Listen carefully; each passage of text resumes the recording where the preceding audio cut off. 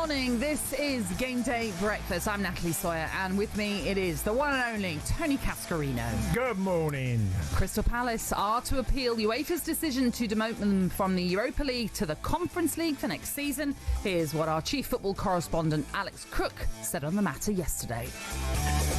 The key date here, and it's mentioned in the UEFA statement, is March the 1st. That was the date by which John Textor either had to sell his shares or do what Evangelos Marinakis did at Nottingham Forest and put them into what's known as a blind trust, and therefore forego any control of the football club. Because he didn't do that, UEFA have deemed that as of March the 1st, Lyon and Palace breached the multi-ownership rules. Therefore, Lyon continue in the Europa League, Crystal Palace demoted to the Conference League. And we'll have more on that throughout the show. Now, in the early hours of this morning, Katie Taylor defeated Amanda Serrano in their trilogy fight to defend her undisputed light welterweight title.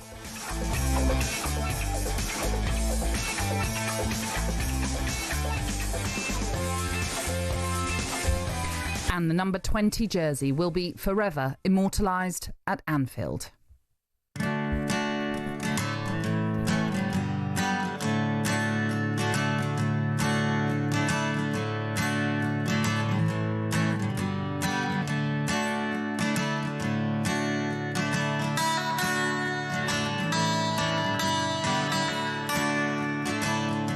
When you achieve a dream, you unlock another phase, another level, another step, and when I came to Liverpool I knew that was possible.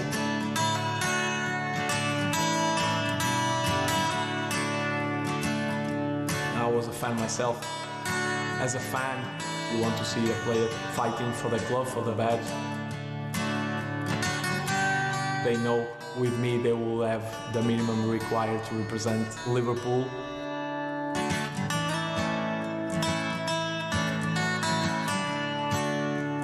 And also my song was nice. Everyone enjoyed it from the moment that came out. Yeah, it makes me proud.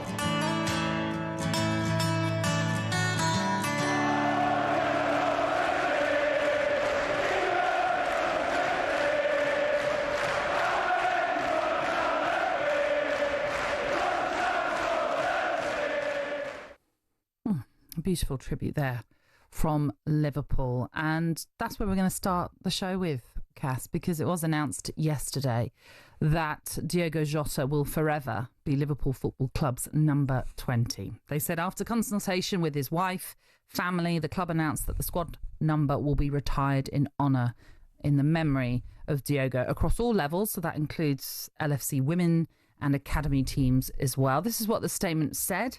As a club, we were all acutely aware of the sentiment of our supporters, and we felt exactly the same way. And this came from Michael Edwards, who is FFG's CEO of football. It goes on to say it was vitally important for us to involve Diogo's wife and his family in the decision and to ensure they were the first to know of our intention. I believe this is the first time in Liverpool Football Club's history that such an honour has been bestowed upon an individual. Therefore, we can say this is a unique tribute to a uniquely wonderful person. By retiring this squad number, we are making it eternal and therefore never to be forgotten. Diogo joined us in 2020. He won us number 20, that in reference to the club's 20th league title, and he wore with honour, distinction and affection the number 20. As far as Liverpool Football Club is concerned, he will be forever our number 20. It's just a lovely thing to do as a club, to honour someone who had a short career really at the club, but such an impactful one really, when you consider the outpouring of love that we have seen from everyone. Yeah, it's very fitting that. That sometimes in certain industries you can read the room wrong. Yeah. This is a clear indication of Liverpool all over the sentiment of the football club, from the fans to the owners, the outside world. We all understand, and I think it's a perfect way to, which is an incredibly sad story. Let's remember that these things don't happen, thankfully, too often. Yeah. And Liverpool have lost one of their loved ones, and that 20 shirt stays, and will always be, that will be him. That 20 shirt, Diogo. It's a hard one. It's a very tough one. It's affected a lot of people, family, 3 children left with no dad.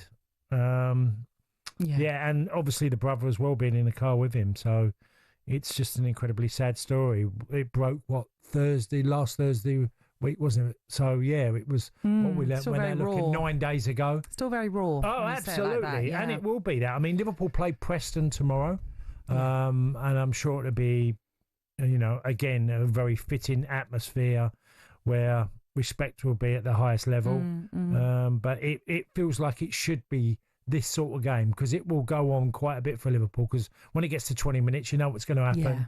It's going to be all that. So, there's not much more I can say, really, Nat. It's just a very sad story. Oh, absolutely. And do you know what? I think football fans across the country, across the world, as we know, will all show their affection in whatever way, whenever it is possible. So I imagine you're right that we'll see it across the season at times that clubs might decide that they want to just show their support and love for him. You can imagine when Liverpool take on Wolves, what that will be like, for example. And, it does seem as though this is the right decision for the club to make. One, obviously, to honour someone who, as I said already, has made such an impact at the club. But also, you can't imagine someone coming in and taking on that jersey, knowing who was the last person to wear that jersey. It wouldn't seem right to do so. So the only fitting thing to do is to retire it and to make sure it is eternal in his name, which is just a lovely, lovely thing to do. And perfect that they consulted his family as well, just to ensure that they were fully behind it as well. And I saw that they were at Anfield, weren't they? Yeah. Or Melwood, the training ground recently, over the last couple of days, taking in all the tributes and all the flowers and all the cards that have been left by the footballing community and wider as well. And it's just good to see that they continue to be supported by the football club. And as we heard that they're going to now honour his contract as well, which is wonderful to see because you can imagine that well paid as he was, there's a lot that would not have been thought about because he's such a young age that they probably wouldn't have thought necessarily to think long term. No, and there are other conversations, but they're not really for now.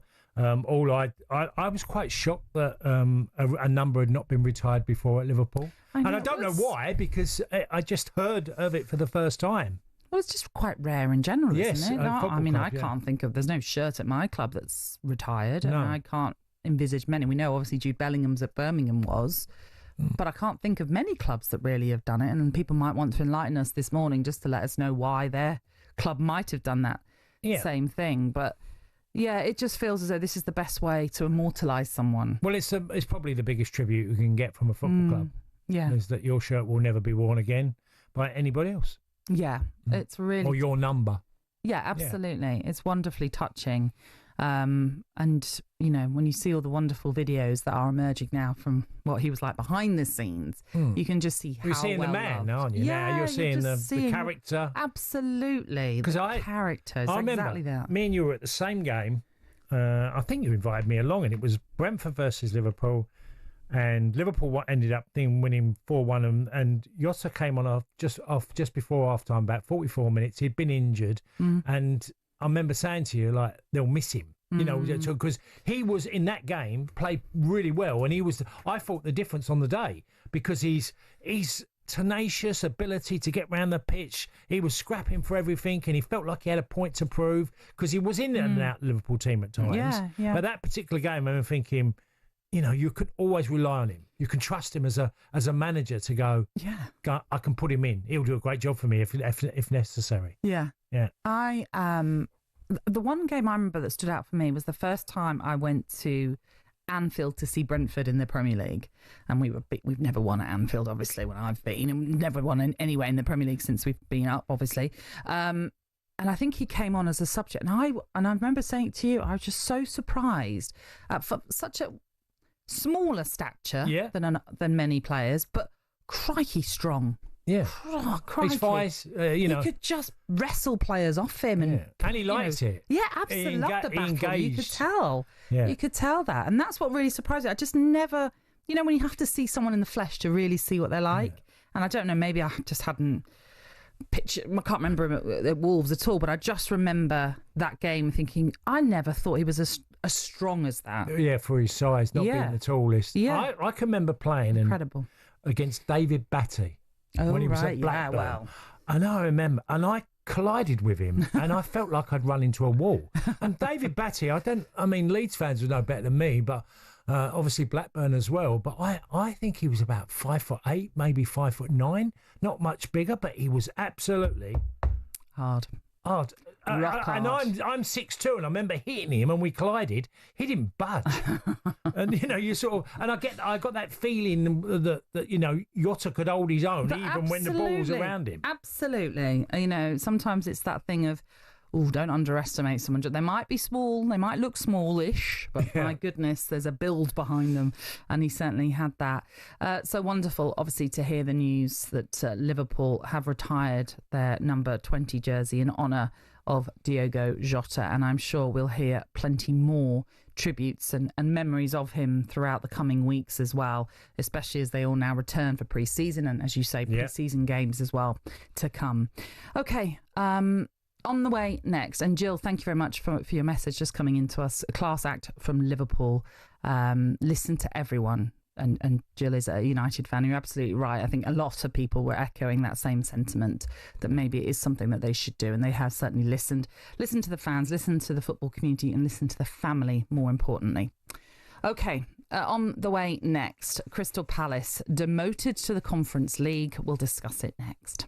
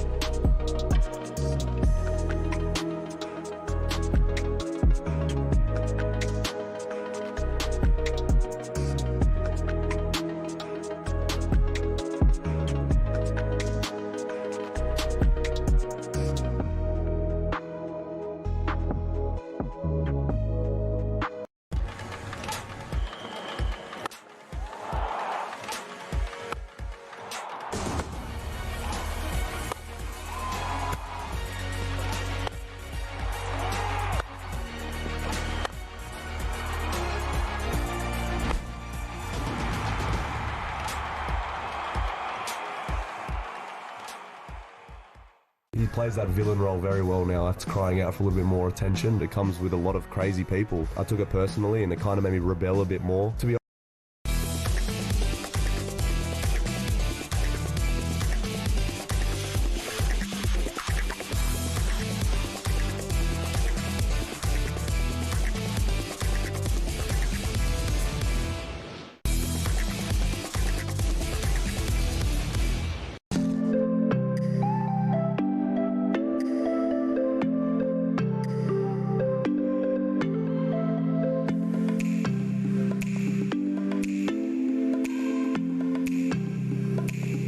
morning. This is GameDay, but I like this one. It's quite mellow start to Saturday with this sort of tune in the background. I like it. A little bit bubble bath music for me.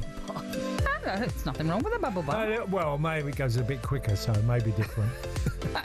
It is the former FA Cup finalist Tony Cascarino who is with me, Natalie Sawyer, as we take you through until 10 o'clock this morning, and then the Lions come after us here on talkSPORT. Now, let's get to the big news that emerged from Crystal Palace yesterday. They have been demoted from the Europa League to the Conference League next season. UEFA have ruled the European governing body's decision stems from Palace breaching its multi-club ownership rules, and UEFA have said the FA Cup winners could appeal its ruling with the Court of Arbitration for Sport, which they are expected to do. They're going through everything, and we await to see final confirmation that they're going to do that, but you would expect they will.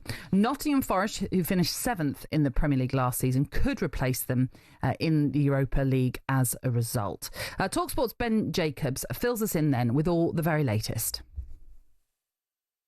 Very harsh on Crystal Palace, and I know that Steve Parish will be speaking in the next few hours. He's actually here in New York. Palace plan to appeal at the Court of Arbitration for Sport, so we can refer to the ruling by UEFA as provisional, and that means as of now Nottingham Forest get bumped up to the Europa League, but CAS could still overturn that. The problem is there's not much precedent for sides that have recently gone to CAS to actually get something overturned regarding multi-club rules. You may remember that there was the whole issue around the Pachuca and Mexican multi-club ownership with the Club World Cup, and Chelsea's opponents ended up getting changed as a result.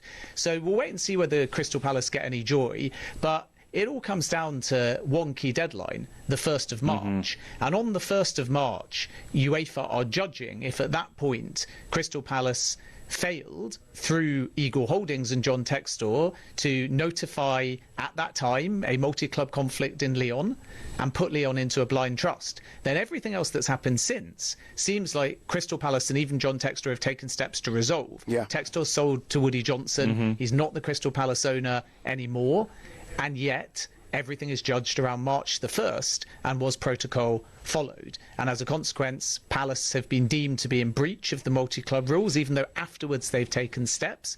We had the whole saga around Lyon being provisionally relegated and then appealing and winning. So now Lyon are Europa League, Crystal Palace are demoted provisionally for now, and they intend to appeal at CAS, where there's not much precedent for success, but you can never say never. Okay, so that's, in a nutshell, what has happened. And just to answer any questions, if people are thinking, well, why did Lyon get the precedence over Crystal Palace in this situation? Well, it's all to do with league finishing, where you finish in the table. So the FA Cup win is irrelevant for this one. Lyon finished 6th in the French league, whereas Palace finished 12th. So it is Lyon that take the precedence, finishing higher in the table. So that clarifies that situation. Just as a whole, though, Cass, your thoughts? And it's very confusing when people keep talking about CAS. Well, it's not our CAS. Obviously, it's the Court of Arbitration for Sport. But let's get Cass's take on it, first of all. What do you make of what has happened to Palace, then? Well, UEFA have created a big mess for themselves.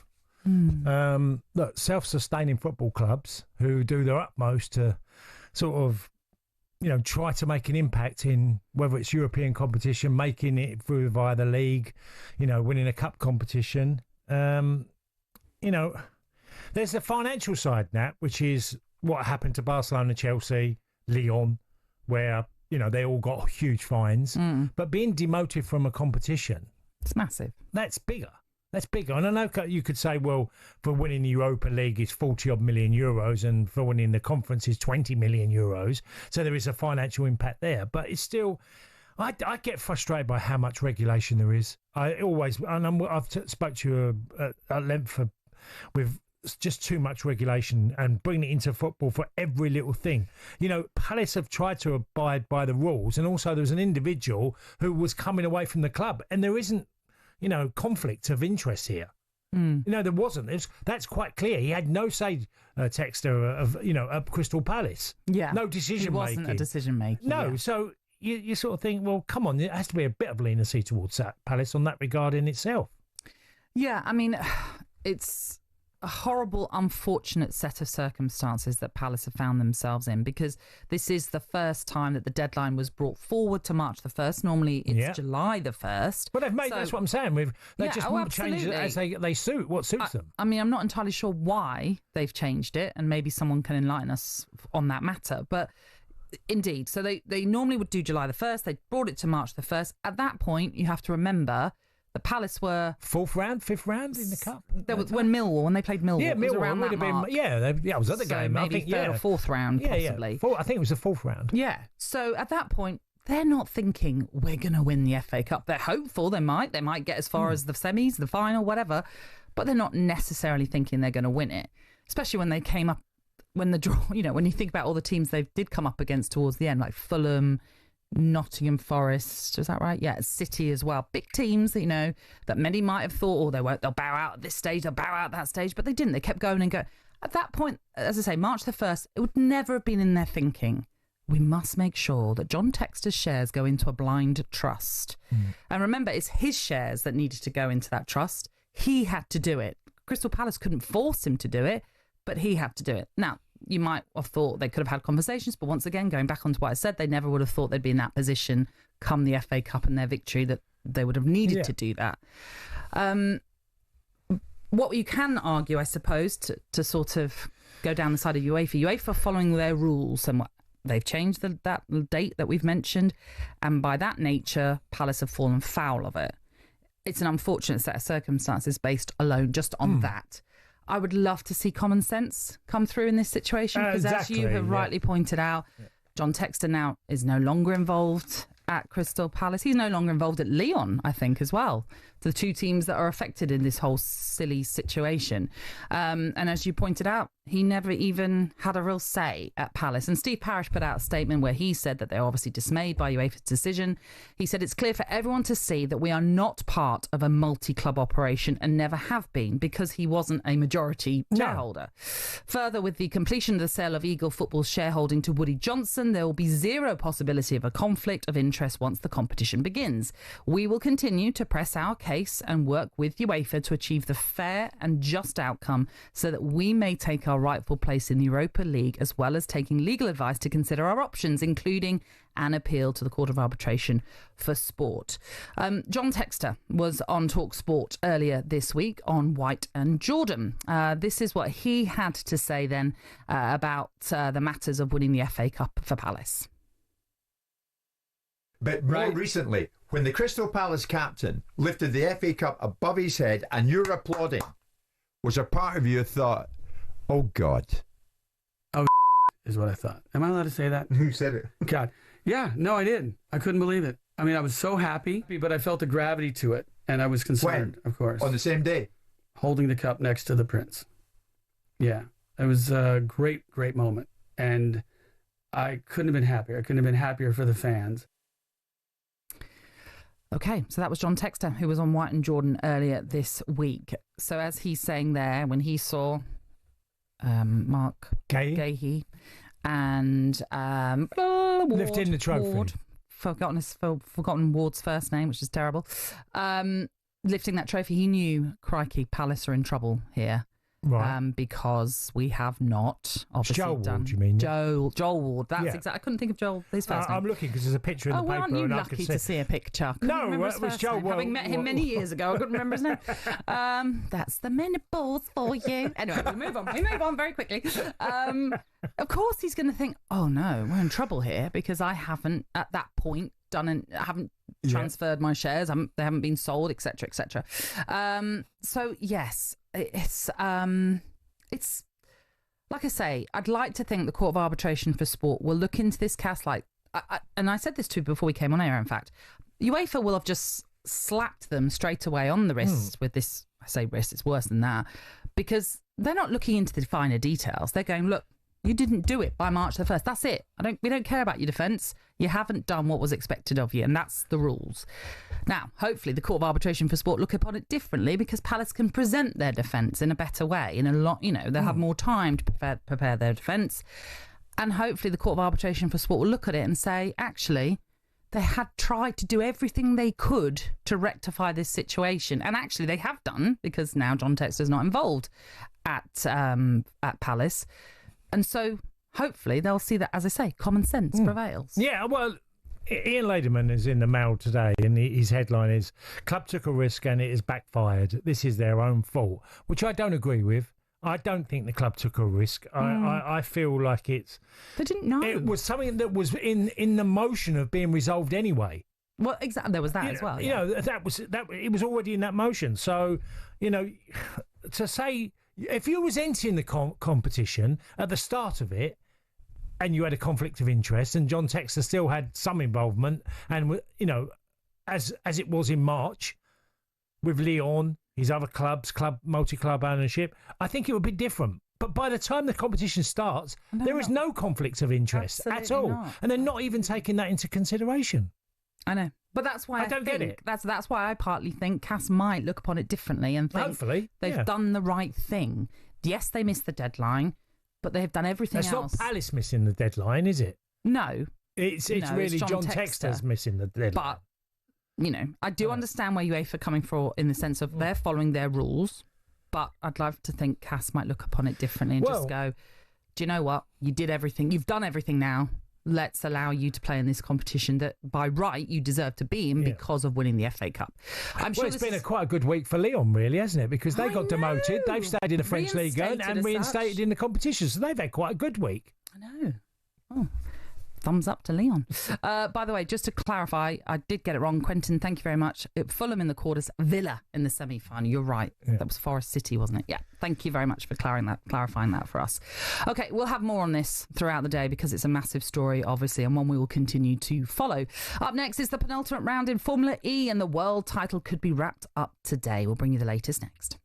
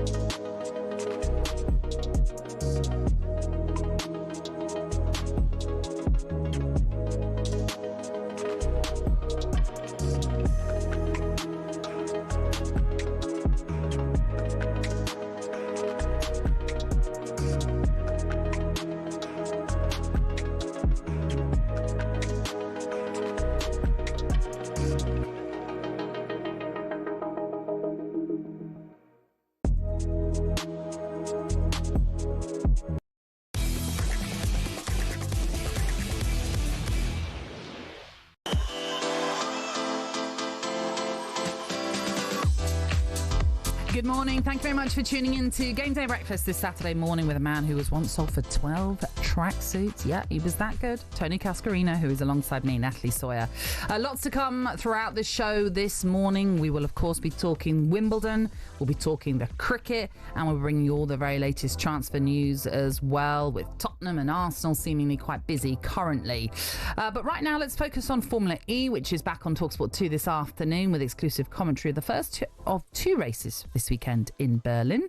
John Jackson hosts the action in the Electric Motorsports Championship from 2:30, and he joins us now with the strong possibility we could end the day with a British champion. John, good morning. How are you? Hi, John. Good morning. I'm very, very good. I'm also very excited about the prospect of a British champion because it's one of those things that is good in its own right. But to win it in Germany with the history that we have between England and Germany, very friendly, competitive history in recent times, it would be great for him to do it here in Germany because all the German fans would absolutely hate it. So can you tell us then, John, about the British driver? You haven't mentioned his name. Yeah, so his name's Oliver Rowland. It's a good point. Probably should have mentioned that. He drives for Nissan. So it's a British driver driving for a Japanese team, Nissan. And he's basically dominated all year. He's been very successful in his junior career, and he's been in Formula E for a number of years now, but he's never quite had the car to match his talent. But this year he really has. And, you know, Formula E is often not dominated by one driver. It often goes down to the final weekend in London. However, when it comes to Oliver Rowland, he's just, you know, putting performance after performance and being very consistent. And he finds himself in a position where if he finishes 18 points ahead of Pascal Wehrlein, who is not only a German, but he drives for Porsche. So another reason for him to beat someone from Germany and annoy the locals here in Germany. He will win the championship today with 3 races to go after today, which is kind of unheard of in Formula E. So it could be a really, really positive day for him. And just tell us then, if it doesn't go to plan today, how many more races are there left on the calendar for him to potentially seal the deal? Yeah, so we have 2 double headers, so 2 races here in Berlin this weekend, today and tomorrow, and then in 2 weeks' time, the finale, 2 races at the Excel Centre in London. So it's one of those things. It's an awkward one. It's one where he's probably going to win. You know, it's his to lose, but you know, if he doesn't do it today, he's got 3 more opportunities after today. So, you know, it really is a situation where he'd have to lose every race. He'd have to not finish every race, score no more points.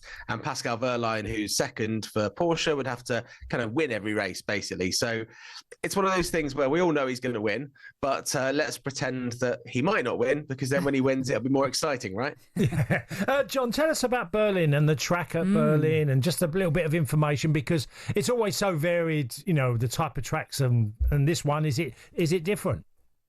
Yeah, so Formula E races predominantly on street track, but in recent years they've been racing more on actual race circuits. This one is a kind of classic because it's completely different. It's an old airport. It's the old Tempelhof Airport in Berlin, which was used during World War II, and then since that it became a commercial airport for a while. But if you can imagine, it's very flat because obviously it's, you know, we're racing on where the planes would have been when on your Ryanair flights or your EasyJet flights. You know, that's that bit where you'd get the bus to. So, you know, it's that kind of bit where the plane sits.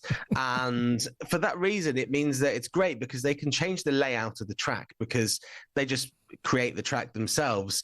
And that was great in 2020. Actually, they did 6 races in Berlin because it was the place where they could vary the track enough to finish the season when it looked like they wouldn't finish the season. But for drivers, there are huge challenges here because it's not only very flat, but also the surface is very different because it's kind of concrete slabs. You've got kind of silicon in between those slabs to fill it in. And then you've got, you know, drains and old, you know, drainage systems that they've got to worry about as well. So it's really not, you know, as flat as it looks for the drivers. And also grip's an issue. Looking out the window this morning, it's rained heavily overnight and it's probably going to be quite a wet day. So wet track, not much grip, probably going to be carnage.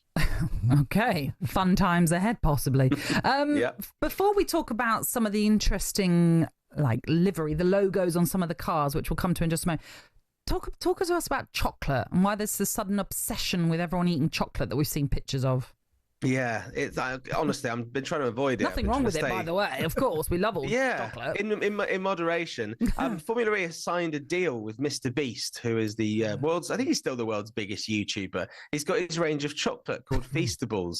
So it's an interesting one. It's like when football clubs like have official kind of car hire partners, and all the players are driving certain cars around town with the name of the car hire place on. It happens probably more in cricket, actually, that one. But this is the official snacking partner. So basically now there is an abundance of this chocolate called Feastables everywhere. It's Mr. Beast's face is everywhere and the logo's everywhere. And if you're someone who kind of struggles not to give in to temptation, it's impossible, because every corner I turn around there's a box of promotional Feastable chocolates. It's very nice, but obviously I don't want to have too much of it. But yeah, it's a huge kind of deal that Formula E done and trying to appeal to younger people, and mass appeal with Mr. Beast. And he's driven the car before. He's also crashed the car before, which was a little bit embarrassing, making it obviously look a lot harder than it actually is. So probably good for the drivers. It shows them to be incredibly skillful, because he got in and within about 20 seconds it was in the wall. So it's an interesting one. Don't know how that came about, but a lot of chocolates. If you come to Formula E race, there's probably a lot of free chocolate being given out. John, I've tried it. My son loves the Mr. Beastie bars, or whatever they're called. Yeah, he has them. I'll bring you some Friday. back then. Yeah, it's lovely. I've tried it. I'll have some too. Okay, I'll bring you both some chocolate. Natalie mentioned the logos and Superman logo. Tell us about this one. Yeah, it's another one actually.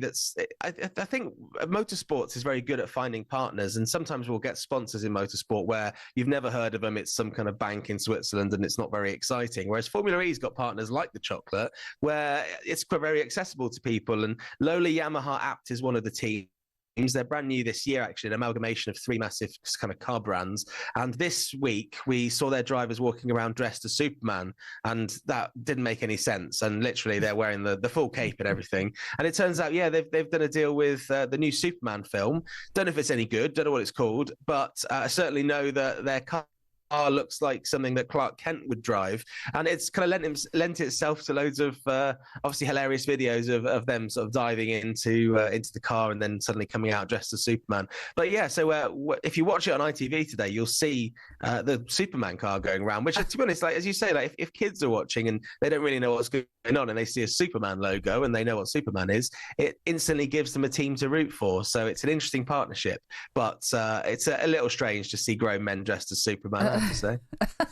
By the way, the film is just called Superman. I've seen it. Is it? I was invited to a special. Good. I've heard I was invited to a special screening. Now it's available. I think it's nationwide now. It's out and released. Did you like it? I did. I actually thought it was all right. I quite enjoyed it. Though obviously there were times where you're like, is it getting to an end yet? Because it's over about 2 hours long or something. But I still quite enjoyed it. Bear in mind, at times I just thought, I think I can end it now. But no, we're going again. But anyway, I quite enjoyed it. But moving on very quickly, because I really want to get to a driver who's going to be paying tribute on his car to someone we've already mentioned earlier on the show. Yeah, so we have a driver, actually the most successful driver here in Berlin. He won his world championship here. His name's Antonio Felix da Costa. He also drives for the local favourites, Porsche. And he's Portuguese. He's one of the drivers that's resisted kind of moving to Monaco and living the high life. He still lives in Portugal with his family. So he's a very family-orientated guy.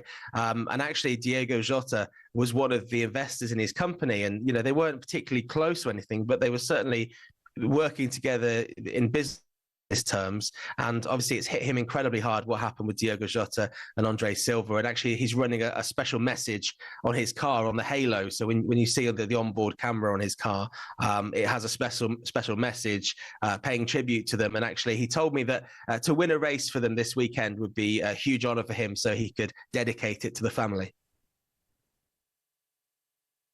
Hey, very, very tough week in Portugal. Everybody, it took a toll on everyone. Very dark week, very heavy, and yeah, this weekend is definitely coming with a heavy heart, and that's what's on my mind this weekend. And the biggest reason I would love to win a race this weekend is to try and dedicate this to his family, because I cannot imagine the pain that family is going through. But also, if there is anything we can take from this, is just learnings, and drive slowly, drive carefully.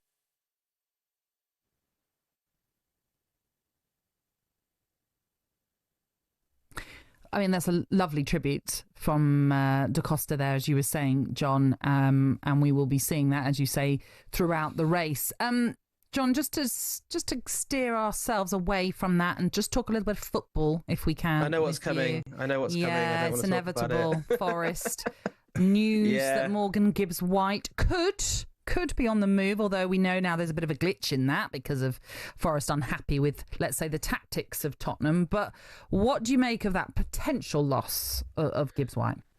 I think, I can't remember if it was this show or a previous show. I don't know which show it was, but I said originally when Nuno signed a new contract that for me, a successful transfer window would be that we bring in some kind of a striker to support Chris Wood. And it would be that Nuno signed a new deal and we've got 2 out of the 4. And it would be that we keep Anthony Elanga and Morgan Gibbs-White. So it's kind of the other half of my hope has gone. I think Anthony Elanga was always going to probably go as soon as we heard the link with Newcastle. And I'll be honest, Anthony Elanga on his day, absolutely unplayable. Sometimes, maybe doesn't have a finishing product, and he's very lucky to have Chris Wood to put the ball in and do some of the hard work for him. So I'm not so bothered about Elanga. But for Morgan Gibbs-White, he's obviously the first player to play for England for Nottingham Forest for many, many years. He's very much the playmaker. He's very influential, super nice guy as well. And for him to suddenly go... And it sounded like it blindsided Forest a little bit because he was actually in the promotional material for the kit launch that they did at 6 p.m. the evening we found out. And originally, the photo, the kind of hint of what the kit would look like had a bit of Morgan Gibbs-White in it. And they obviously wouldn't have put him in there if they'd known he was leaving. So I can see why the club are angry. It's never uneventful supporting Forest with Marinakis certainly saying what he feels. And obviously if there has been an illegal approach, then I'm sure there's very much business side of things. They'll want to look at if they can. I mean, let's face it, they're not going to block the deal, are they? It's probably just going to involve maybe a bit more money or a bit more time to find someone else. But it's a sticky situation for us. And if we don't sign James McAtee, I'm going to be very angry. Well, at the end of the day, if it doesn't go through with Tottenham, which we expect it still will, other clubs have suddenly gone, oh, right, there's a release clause, is there? Okay. So that's the problem that's happened with all of this. John, be careful, Elliot Anderson. I was just thinking when you said that about Morgan Gibbs-White in England, in my head I was thinking it's not long until Elliot Anderson's called up. Surely. Yeah, I think a lot of the Forest fans are hopeful that Elliot Anderson actually gets into the World Cup squad next year ahead of Morgan Gibbs-White, which I think it's funny, isn't it? When a player leaves your club, suddenly they're the worst player in the world and everyone wants the worst for them, which I'm sure Brentford fans are probably feeling at the moment with potential, people leaving. Now, I'm sure you're absolutely a little bit the same. We're apparently putting low ball offers in for Visser, so maybe he'll come to us. Who knows? Yeah. Get your own house in order before you start coming for our players. All right. I hear you. John, listen, Cheers, always John. great to chat to you. Don't forget the chocolate. Enjoy today. I'll pack it in my bag tomorrow. Yeah, don't worry. John will be back at 2:30 this afternoon and at the same time tomorrow on talkSPORT 2 for our exclusive commentary of the Formula E from Berlin. And you can watch qualifying from 10 a.m. this morning. That is on ITVX. Okay, on the way next, the Scottish Open. I'm sure you've been right across this one, Cass. Yeah, I've in been the watching build-up to the Open. Yeah. That's what, next weekend? Yeah, isn't it? Next week. Next Thursday. Indeed, that's when it will start. Oh gosh, Cass will be glued to the screens for that one. We will be bringing you, the very latest of what's happening then in the Scottish Open as players prepare for the final major of the year.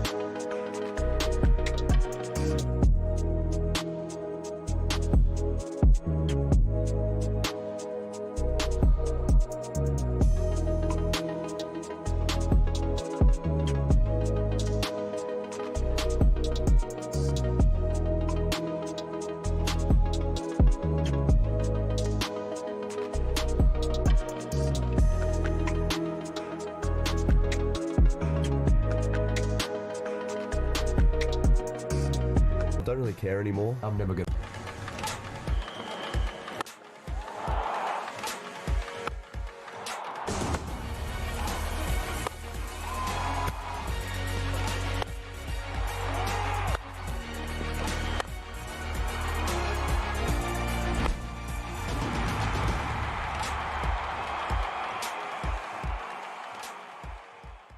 He plays that villain role very well now. That's crying out for a little bit more attention. It comes with a lot of crazy people. I took it personally.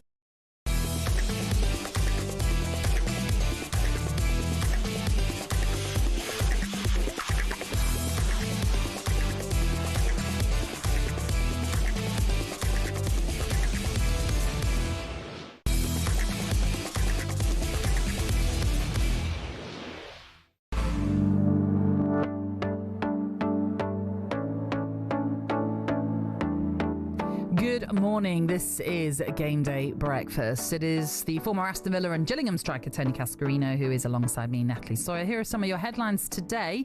Katie Taylor has defeated Amanda Serrano for a third time by a majority decision to retain her undisputed Super Lightweight title. Bournemouth have agreed a £25 million fee to sign the Chelsea goalkeeper Georgia Petrovic. And Wales legend Gareth Bale says the consortium he leads has submitted a brand new offer to buy Cardiff City. I guess exciting news. We have a brand new offer on the table. It's recently just gone in. We think it's a great offer, one that we think we're very happy. We think it's very fair, if not more than fair, and something that we hope the current owners will take serious. Yeah, we'd love to accept.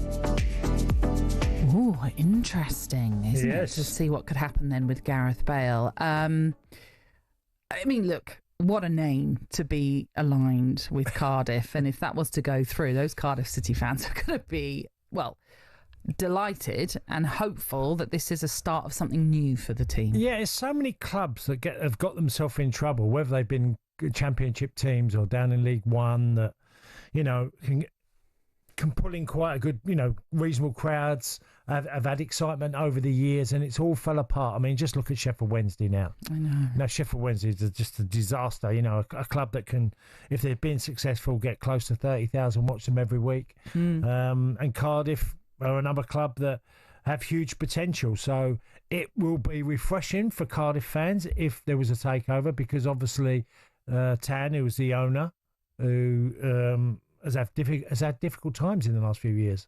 Yeah.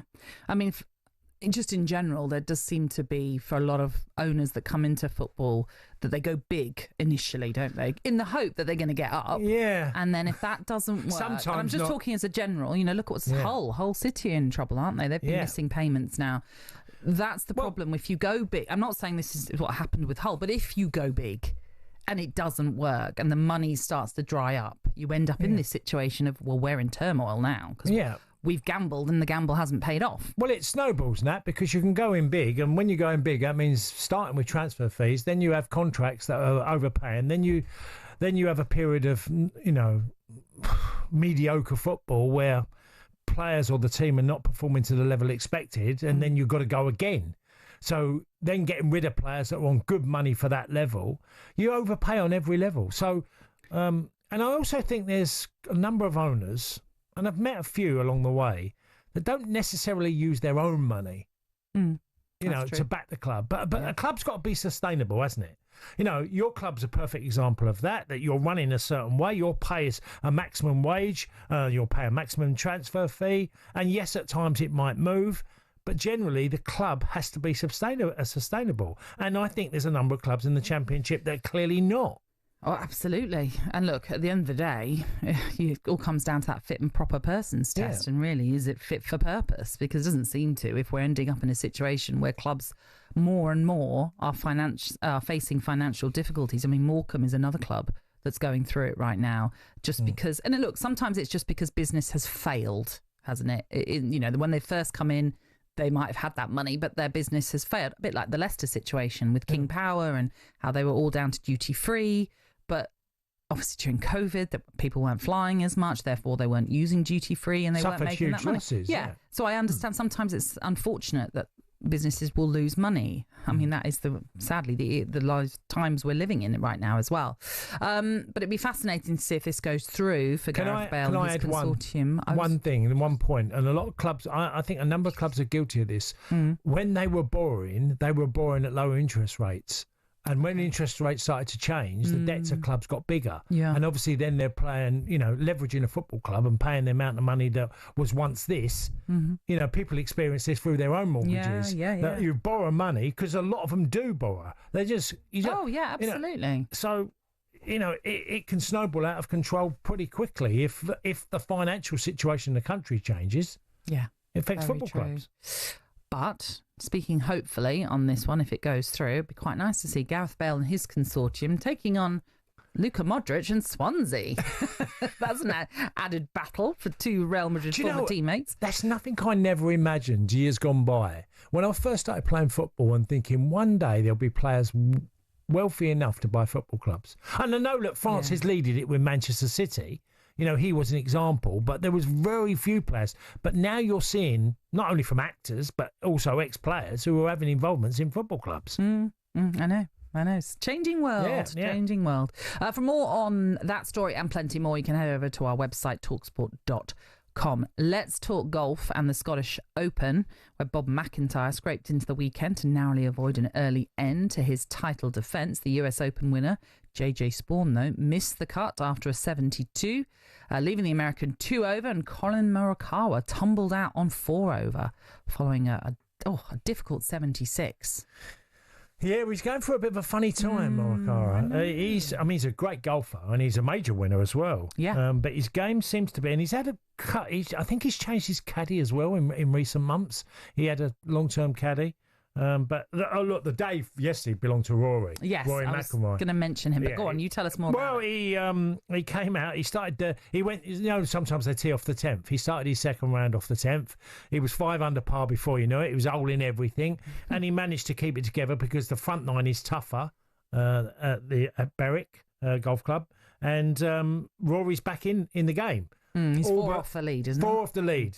So, the name of the golfer at the top's quite a strange one. Go on, you tell us who it is. Well, it's Jota. Yeah, Jota. Yes, he's American. Chris Jota. Yeah. It's a great name. I have never heard before, but I love it. Jota. Yeah, he's leading. Matt Fitzpatrick's doing well. The English player, Harry Hall, not many too money. He loves the cap. He's always wearing the cap, like the Peaky Blinders. Oh, one of those. Yeah, he's one of them. Payne Stewart. Yeah. That cap. He's wearing that. He's a bit of a character. It's a really good. It's really good. I always love the Scottish Open because it's just the week before the Open starts on Thursday. It's a great build-up, so you get a lot of top players. Is this a links course? Yes, a links course. Yeah, beautiful, and the weather is fantastic up there as well, which makes it really, really good. Yeah, but you see, any links, as you know, links courses, the weather can be lovely. But you're still going to get those the winds, swirling winds from the sea and it makes it really testing. But really tough. So it's going to be a great moving day today, I'm sure. But there's got some big names, a Berg there. He's a great player. So there's a good few. Scheffler's not too far behind. He's on 6 under. So there's a lot of great players. Matt Fitzpatrick, 8 under. 8 under. Yeah, really good.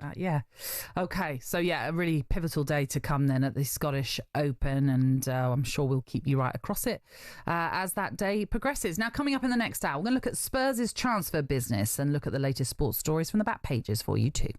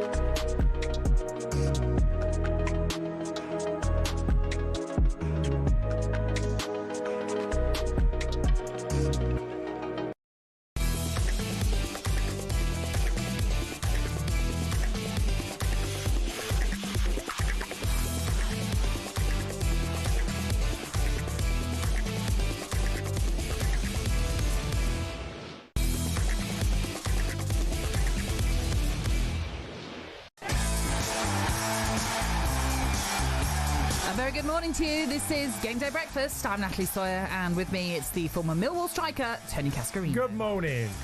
Liverpool have decided to retire the number 20 jersey. The squad number will be retired in honour and memory of Diogo Jota across all levels, including the LFC women and academy teams. In the early hours of this morning, Katie Taylor defeated Amanda Serrano in their trilogy fight to defend her undisputed light welterweight title. And a couple of days ago, it seemed as though Morgan Gibbs-White was heading to Tottenham after the North London club triggered his release clause. But talkSPORT understands that Nottingham Forest are now considering legal action over what they see as an illegal approach.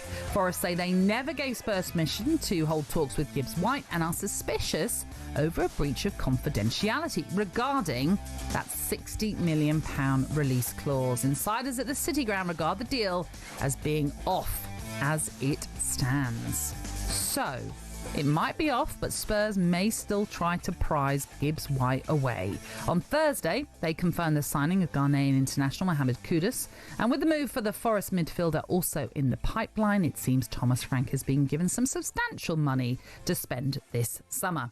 Joining us to talk about the direction of Tottenham right now, then, from inside Spurs, it's Sonny Snelling. Sonny, good morning. How you doing? Hi, Sonny. Yeah. Good morning, guys. I'm doing well, thank you. How are you? Good. Very, very well, thank you. And great to have you with us this morning. So, first of all, let's talk about what's been done, shall we? In particular, Mohamed Kudus this week. How pleased are you to see that one get done? Yeah, I mean, Tottenham haven't signed a player from West Ham since 2011, and that was Scotty Parker. So, hearing some West Ham fans, well, there's been a mixed reaction. I think when it first came about, they were all like, oh, no, we don't want him. We want to sell him. But now it's like they realise they've sold someone who was their most high-profile asset. And he is a good player on his day. I know he didn't really have a good season last term. I think it was 5 goals in the Premier League. But if you look at West Ham as a whole, they didn't have a good campaign in general. But then I can't say much for Tottenham's Premier League campaign last year. So I think this is a player that Tottenham need. When you look at the style of wingers and attackers we've got, we haven't really got a player like Kudus who can dribble for deep, make stuff happen. You know, Brennan Johnson, he's a goal scorer. Son is getting on a bit. So I think the profile that we've got in Kudus is pretty much what Frank had in like Mbeumo, but the wages that we wanted or, you know, Mbeumo wants, and he's probably going to get from Manchester United, are something Tottenham couldn't afford. So they sort of pivoted, and Frank, as you know, Natalie, has got such a good track record of improving players. I'm actually confident he can improve a lot of this squad to go on to that next level. Well, the interesting fact for me is that with Kudus, playing him and getting him to work around Solanke, because you mentioned Mbeumo, what his great asset was around Ivan Toney and Vizza, that he worked around them. And I think Kudus is that type of player that can make the forward line be a little bit more versatile, but he works around players in forward positions. Yeah, and I think we've got so many players at Spurs who, like, people will say, well, we scored so many goals over the last couple of years under Ange Postecoglou, but there were a few games where we didn't have that player who had that magic or essence where they could pick up the ball, drive at a defence, maybe in a low block. That's where we struggled, where a team would sit back, we'd have a lot of the ball, and there wasn't a player who had that X factor to find the pass to break the line. So, excuse me, I think Kudus could be that player, and I hope Morgan Gibbs-White will be as well. Well, let's talk about Morgan Gibbs-White then, because a couple of days ago it looked like it was all set, it was all done. You've triggered this release clause, but now Forest have come out and said they're not happy. Some naughty dealings going on that they want to look into. Regardless of then of what happens in that situation, do you still see that Gibbs-White will come to Tottenham? I mean, I'm still confident, and this is coming from a fan of a club where William was literally having his medical and he got whipped right out from beyond our feet. So I shouldn't be that optimistic as a Spurs fan. But I think, when it's given the here we go on Twitter and the player wants to join and we've triggered a release clause, I feel like it's just a matter of time before it actually gets properly confirmed. I feel like Forest are just dragging their feet. They've let go of Alanga. I think I was hearing you before saying, they're probably trying to find a replacement, set up something, maybe James McAtee. But yeah, I can see it happening. Daniel Levy is such a good businessman and he's really shrewd, so he knows what he's doing. I feel like, some of the wording I've seen, I think people have gone to the nth degree and are getting really worried, whereas I feel like it's just going to be a few more crossing those T's, dotting the I's, and we'll see Morgan Gibbs-White playing in Lily White soon. But now I've said that, I bet I've cursed the move. Well, it's a weird one, because obviously the Forest owner is thinking that, there's been already movements from his team, the agents, players' team, to move on. But that happens all the time. Forest have made huge amount of signings. I can't believe none of them, there was no contact made between the players' team around him. They're his agents, because that happens so often in football. It's a very difficult one to solve. Yeah, I mean, when he was being linked with a move to Manchester City, the fee that was being bandied around was around 65 million. And then when this transfer, was gaining speed on Thursday, there was this, the rumour came out that he had a release clause and no one knew about that. So there's obviously some sort of leak where Tottenham have found that out, triggered it. And I think I heard Goldstein talking about it on Drive yesterday about tapping up players. And he was saying that it's becoming a bit of a weird thing. Like, it must have, Liverpool did it with Virgil van Dijk. It's hard to know what level of tapping up people actually do, because there must be some communication. Sonny, it's not really tapping up the player. It's more to do with getting involved with the team of the player.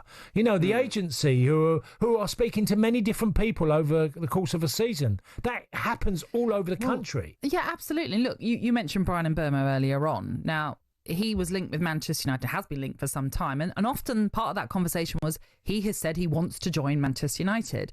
Well, where has he said that? If he said that to Manchester United, that's a form of tapping up, isn't it? Because, I don't think Brentford have said we've given you full wholehearted permission yet, because we haven't agreed a fee yet. So there's all that element. There is always tapping up in football. It's been going on for years. The initial contact would be, the clubs want to find out if the player's interested in joining them. Okay? Yeah, of course. And that's where it starts. It's not literally saying we're going to go behind the club's back, but agents do find out if a player is interested. That's where it starts, and it ends with maybe something that's more concrete further down the line. But this happens a lot of times in football. It happened in my day. But, clubs wanted to find out if a player wanted to go to this particular football club. Well, yeah, why else would you pursue them? Yeah. If they're not You're wasting your time. But I guess then, what does this mean? Because when this came out that you were going to sign him, my first thought was, what does this mean for James Maddison? Now, I've been talking about this with a lot of my Tottenham mates, and we keep talking about Maddison, even Kulusevski. What we've got to remember is Maddison has had two big injuries in the 2 seasons he's been at Spurs, so we can't wholly rely on him for a whole, campaign in the Premier League, with Champions League as well. Tottenham fans now, the expectations gone up even more after winning the Europa League. I'm not saying we're going to go and, dominate the Premier League next year. I'm going to be patient with Thomas Frank and hope that he can build us up gradually. But we've always moaned about depth. We haven't got enough depth. Yeah. We haven't got enough versatility. We haven't got enough of a squad. And I feel like there's a place for all these players in a Thomas Frank system, because they're going to be asked to do, a multitude of different positions. They're going to be called upon on different moments, maybe substitute appearances. And, James Maddison's got a lot of stick over the last couple of months about like his input into Spurs. Was he right to be celebrating the Europa League? And he did have a good campaign. When you look at his numbers, when you look at what he contributed in that Europa League run, he's still a really important part of this squad. And he's also, one of the captains. And if Son is, potentially could leave, if Romero could potentially leave, he's still one of those vice captains. So I still think there's a place for James Maddison. And if, say, Frank's playing a 4-2-3-1, you maybe ask him to play in the double pivot with someone. Like, he is that versatile, and on his day, he can be a fantastic player. So I'm not too worried about, we've got too many players that are playing too many positions. I mean, first of all, I'm shocked I'm saying this as a Spurs fan. We seem like we're lining our ducks in a row already, buying-wise, It's now selling where we've got to see where, like, can we maybe sell a Richarlison or a Basuma, because, it's sort of, we are getting a bit of a bloated squad now. Well, you're going to expand your squad because you won a European trophy, and you've got more money coming into the club. So, the club's spending it on bringing in a better quality of player as well. And Maddison's still got a place to play at Spurs. I still believe that, like you've just said, Sonny. Yeah, I mean, I like Tottenham's attack. I like the, different options that we've got, Solanke up top. If we could maybe get, we were being linked with Visser, and I feel really sorry for Brentford, Natalie, that all these players are seeming to be linked, but like, it shows how good some of these players are. So I feel like we've got like loads of different options. We've got, Matthias Tell's come in, a young, versatile winger who's showed a lot of potential. I feel like Tottenham are just, there's a few other areas we need to sort, maybe, a backup left back, a 6 potentially. But I feel like Thomas Frank's going to put a lot of faith in Archie Gray because he wanted him at Brentford. I just really am confident that Thomas Frank is going to improve a lot of these youngsters, like with Bergvall. I just feel like there's a really rich squad there that he's going to sink his teeth into. Yeah. Okay. An exciting summer ahead and perhaps season 2 for you, Sonny. Thank you for being with us this morning. Cheers, Sonny. Thank you, guys. Have a good one. That's Sonny Snelling then from Inside Spurs, giving us the fans' take then on what's going on at Tottenham. Coming up, we'll focus on a couple of stories from the back pages that we feel we want to highlight for you today.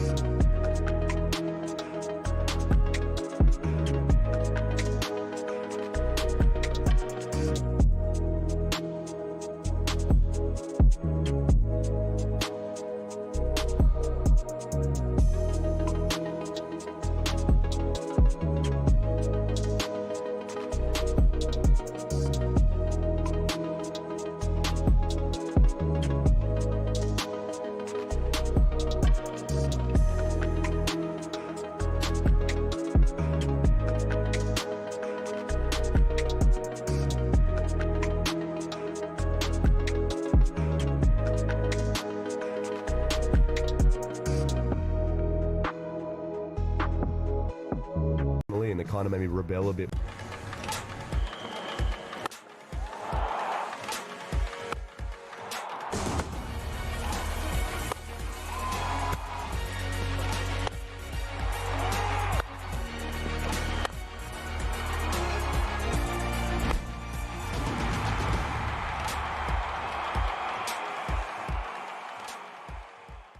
He plays that villain role very well now. That's crying out for a little bit more attention. It comes with a lot of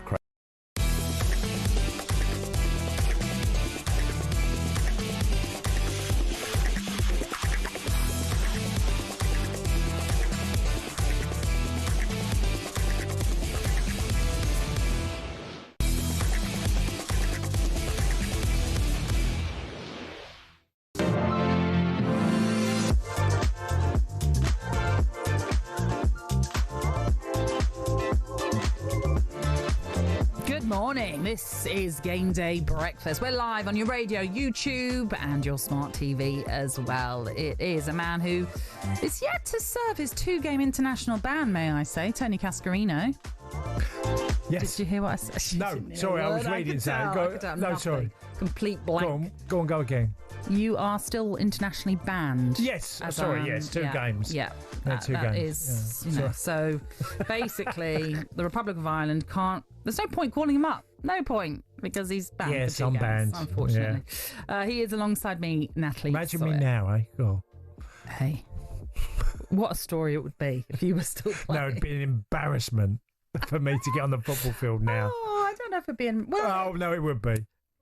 My right knee's absolutely shot to pieces, Nat. No. It would be, wouldn't it? Yeah. But that's why it'd be funny.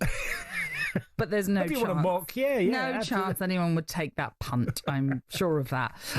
Look, we're going to reflect upon a couple of stories we picked out in the papers this morning, and we're going to start with you. With the Club World Cup final obviously taking place this weekend. Yeah, and there's a really good article by Kieran Gill in the Daily Mail, and it's PSG fueled Enrique's refusal to run from tragedy, which obviously is related to his daughter Zana.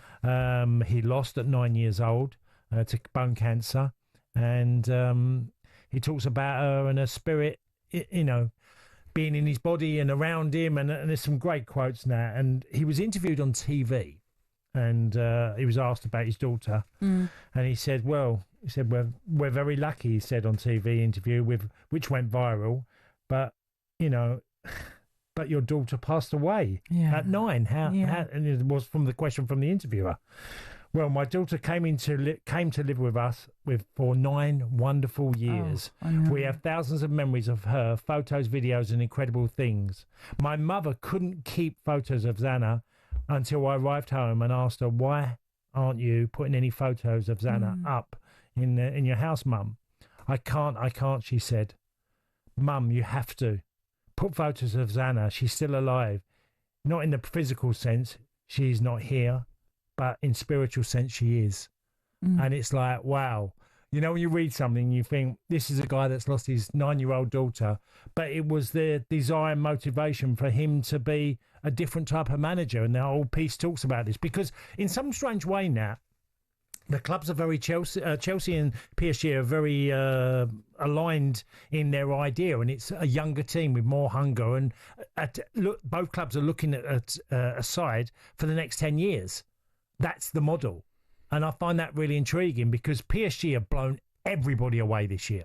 If you think of the teams they beat, Inter Milan in the final, 5-0, they've really taken teams to task. Bayern Munich, 3, you know, they've done this to everybody. But there's similar models on a younger idea of player with a lot more desire and energy to get around the pitch. I mean, PSG have been extraordinary. Where everybody thinks about money, they spent the most money and didn't have a team as good as this.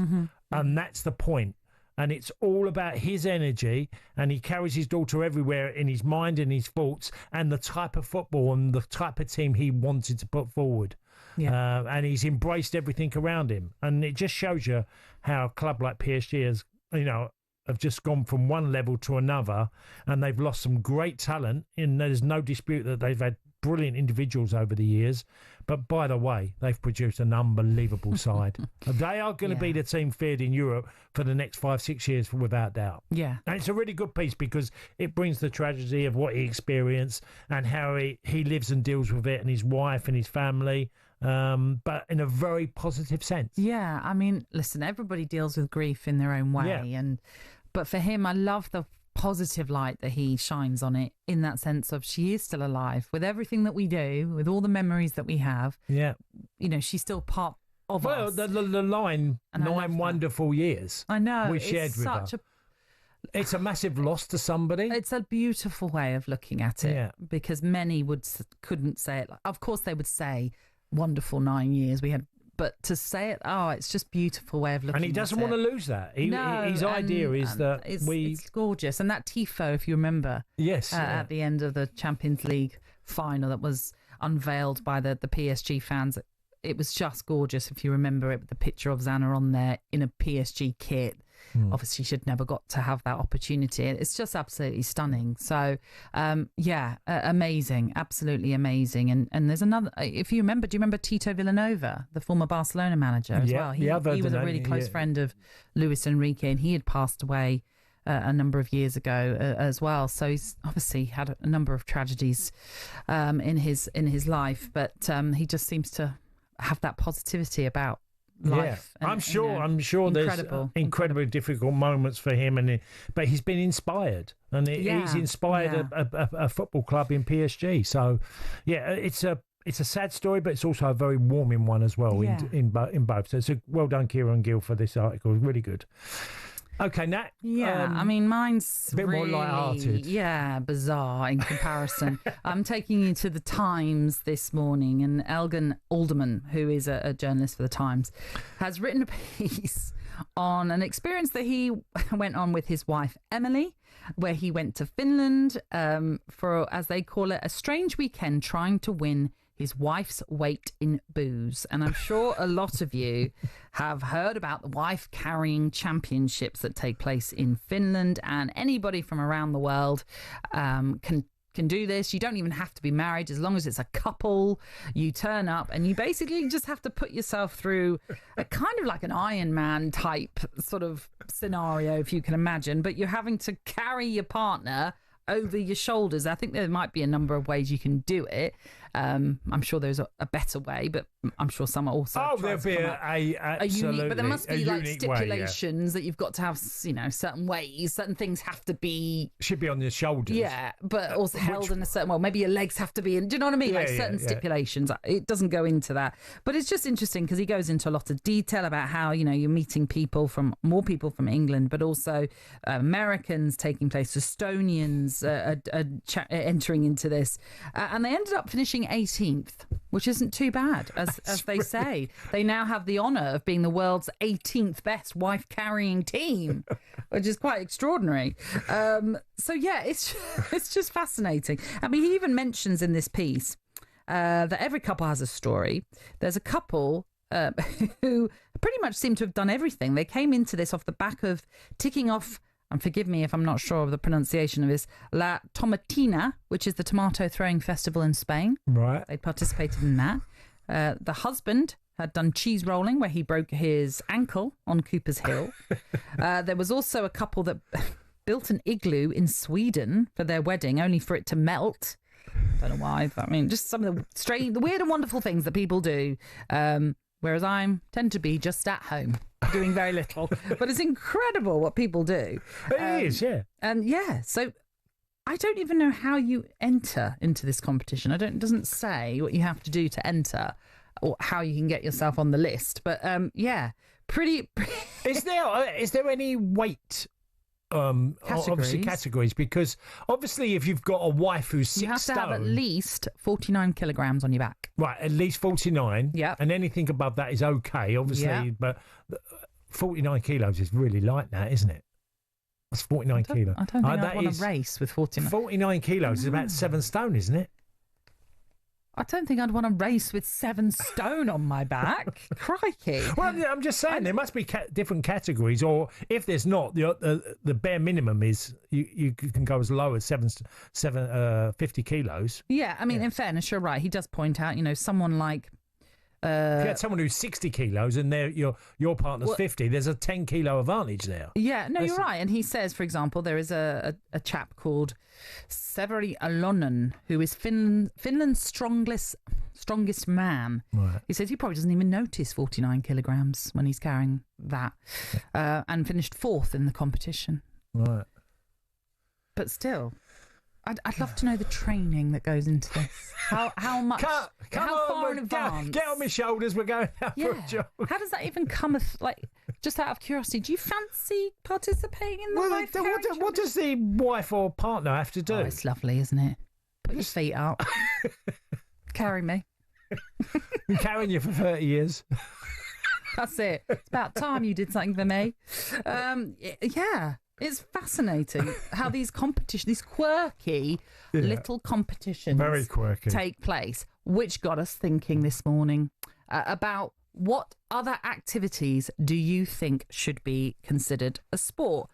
Who would have thought wife carrying would be one? But it has become one where you can win your wife's weight in alcohol. So we want to know your idea for a sport. Get in touch. Let us know.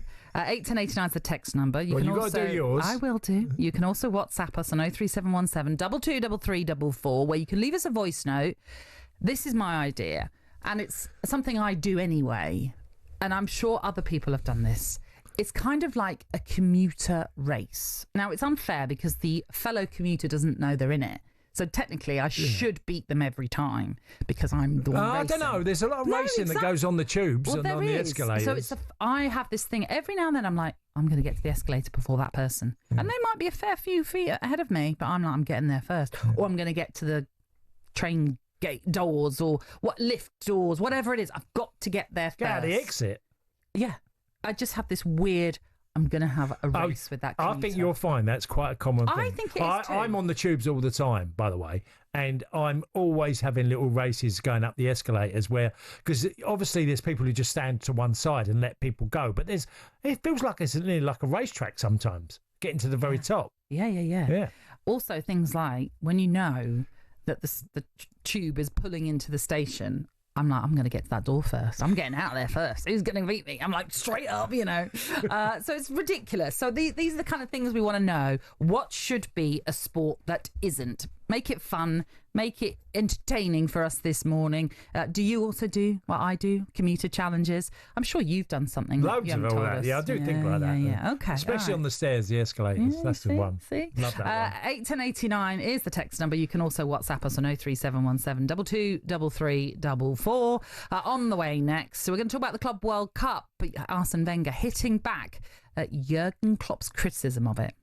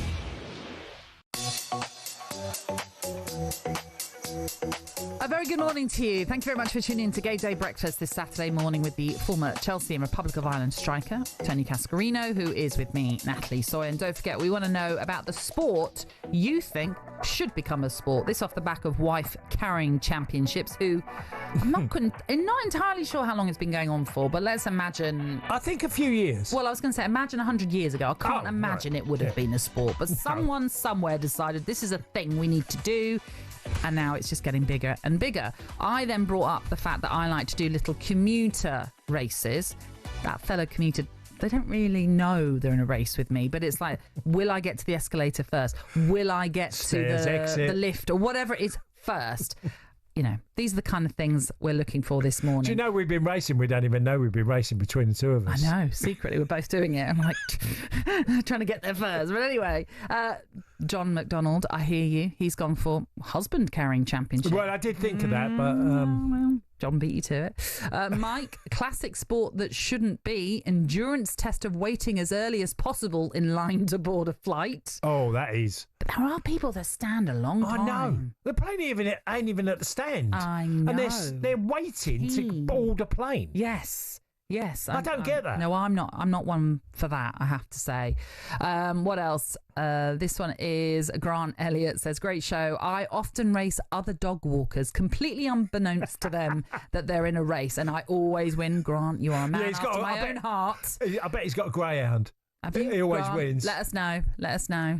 We need to know this one. And Nathan says, when you're waiting on a platform and you try and gauge where the carriage stops and the doors open directly in front of you, certain people try to shuffle down the sides to get on before me. Not on my not on my watch, mate. He says, Nathan, I love it. Thank you very much for that. Yeah, so come on, let us know about the sports you think should be a sport. It might be a private little thing you do, but you think, wouldn't it be great if this was really a sport? Do you know, like, getting people to remove their bags on the seats on trains? Yes. I actually do deliberately do it because I just think, come on. My favourite line, it's not really nice, but I do say it. I have said it to her. So has that bag got a ticket? Because people who are deliberately leaving their bag on a seat and looking at you like, but have you thought that is a sport for them? That's a challenge for them, where they've gone, let's see if I can sort of like ignore all the looks and all the daggers that are being fired at them, just so that they can ensure they have the space around them. It's funny what people do. I know. It is really weird. I know.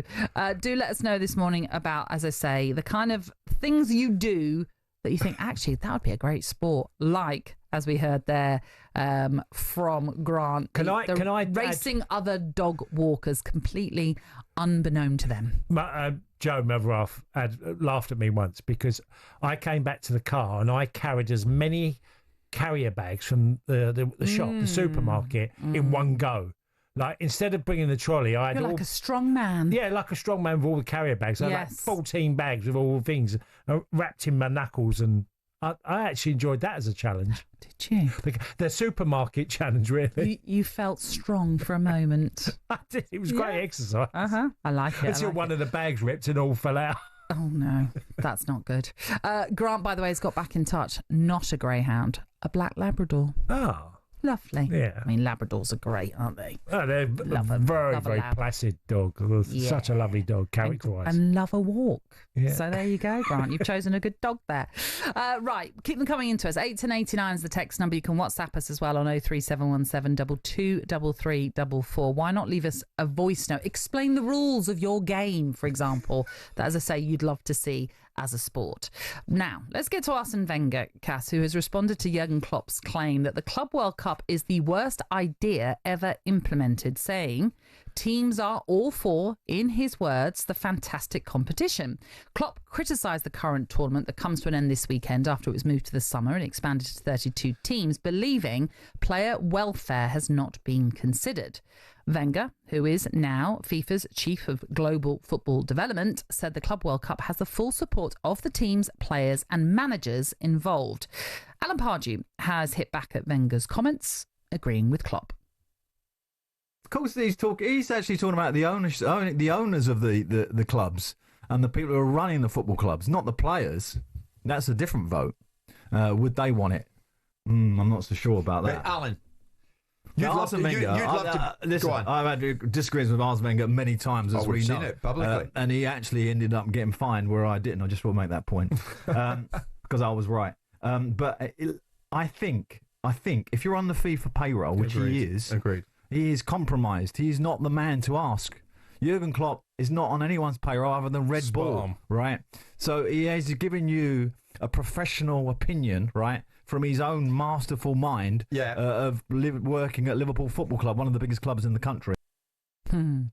Okay, so Wenger hitting back at what Jurgen Klopp had to say. Who are you siding with in this debate? Slightly more Klopp, because I do think that player welfare and the amount of games now, obviously clubs would want to be playing in this tournament, and then players wouldn't mind playing knowing there's huge bonuses as well. Even though they're on loads of money, they're still getting big bonuses, I'm sure, at this tournament. But I do think you have to consider the amount of football that sportsmen are playing. If you're overplaying, there is only going to be one outcome, and that is injuries to a number of players. So I personally think this could grow this tournament on us. Yeah. We could actually enjoy it, and I think I'm really looking forward to tomorrow night's game, PSG against Chelsea. Yeah. But that's the final. But I would be looking forward to most finals. Have I watched most of the group games? No, I haven't. So I'm leaning it more like I've enjoyed it. But I totally get the argument of Jurgen Klopp that this is a bad idea just because of the care and safety of the football player that is overplaying. I know there'll be a lot of people listening to this who will be saying the money they earn, what they, what it gives to them, that they have to play. This is just another tournament, but there is a line in the sand where the quality is not as good. So I mean, look, I've voiced my concerns about this. Here's one for you. We won't know till we get to the start of the season, the Premier League, whether some of these clubs who have been at the Club World Championships, what their season's going to be like. Now, PSG probably wouldn't have an issue because they could start poorly and still win the French League quite comfortably. But we don't know how, Chelsea are going to be in their season. We don't know yet. No, of course we don't. Absolutely not. And look, it's very convenient for Wenger to be coming out and saying all this when you look at the club badge that he wears, which is FIFA. Yeah. So obviously he's going to be backing this competition because he works for FIFA.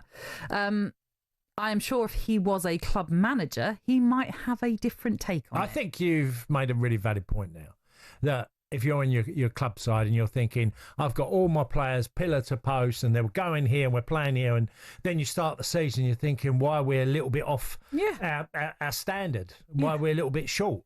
Exactly. So, I get it. Yeah, and look, I've said it before and I'll say it again, at this present moment, it just feels that it's a money-making exercise and it's just the richer clubs getting richer, unfortunately, in this situation.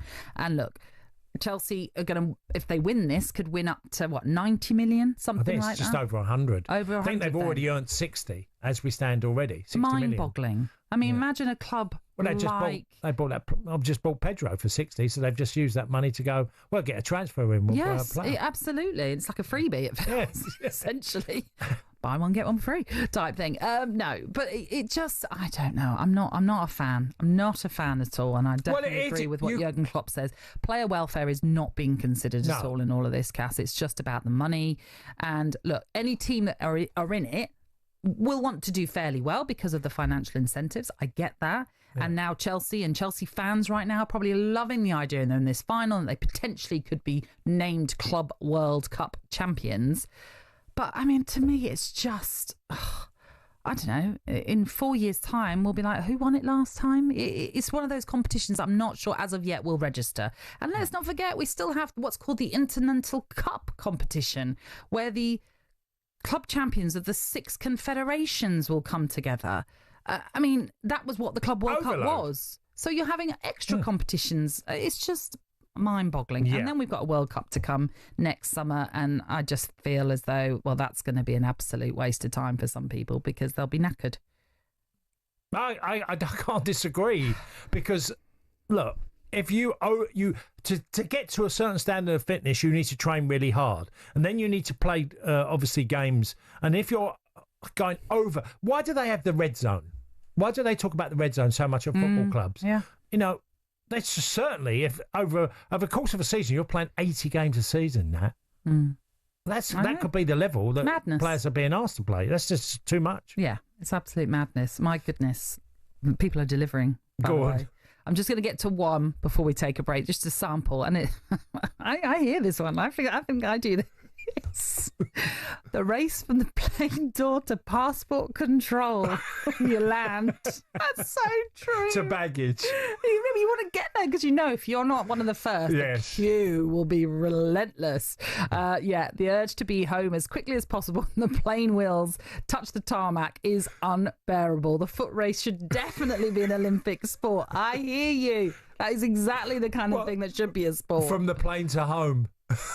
Yeah. Oh, and Steve has also echoed exactly the same. He says, my sport is speed walking from exiting a plane to the passport gates. No running allowed, but you can speed walk. It's so true. Do you go on the...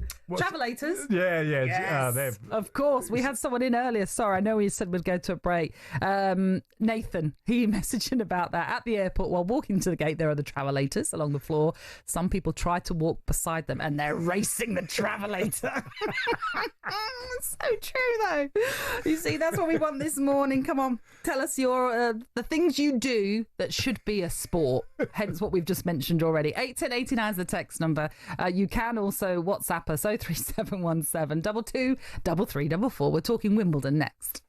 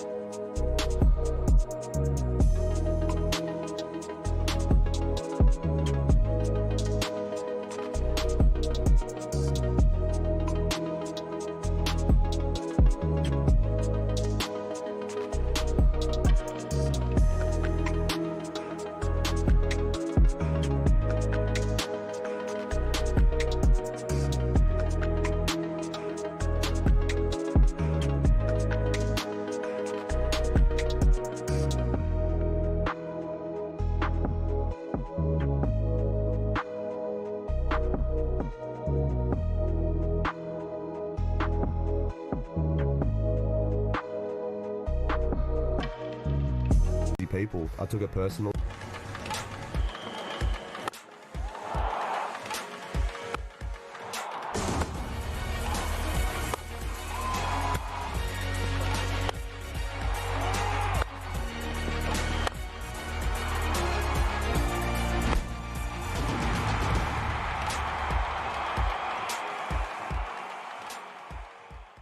He plays that villain role very well now. That's crying out for a little bit more attention. It comes with a lot of crazy people. I took it personal.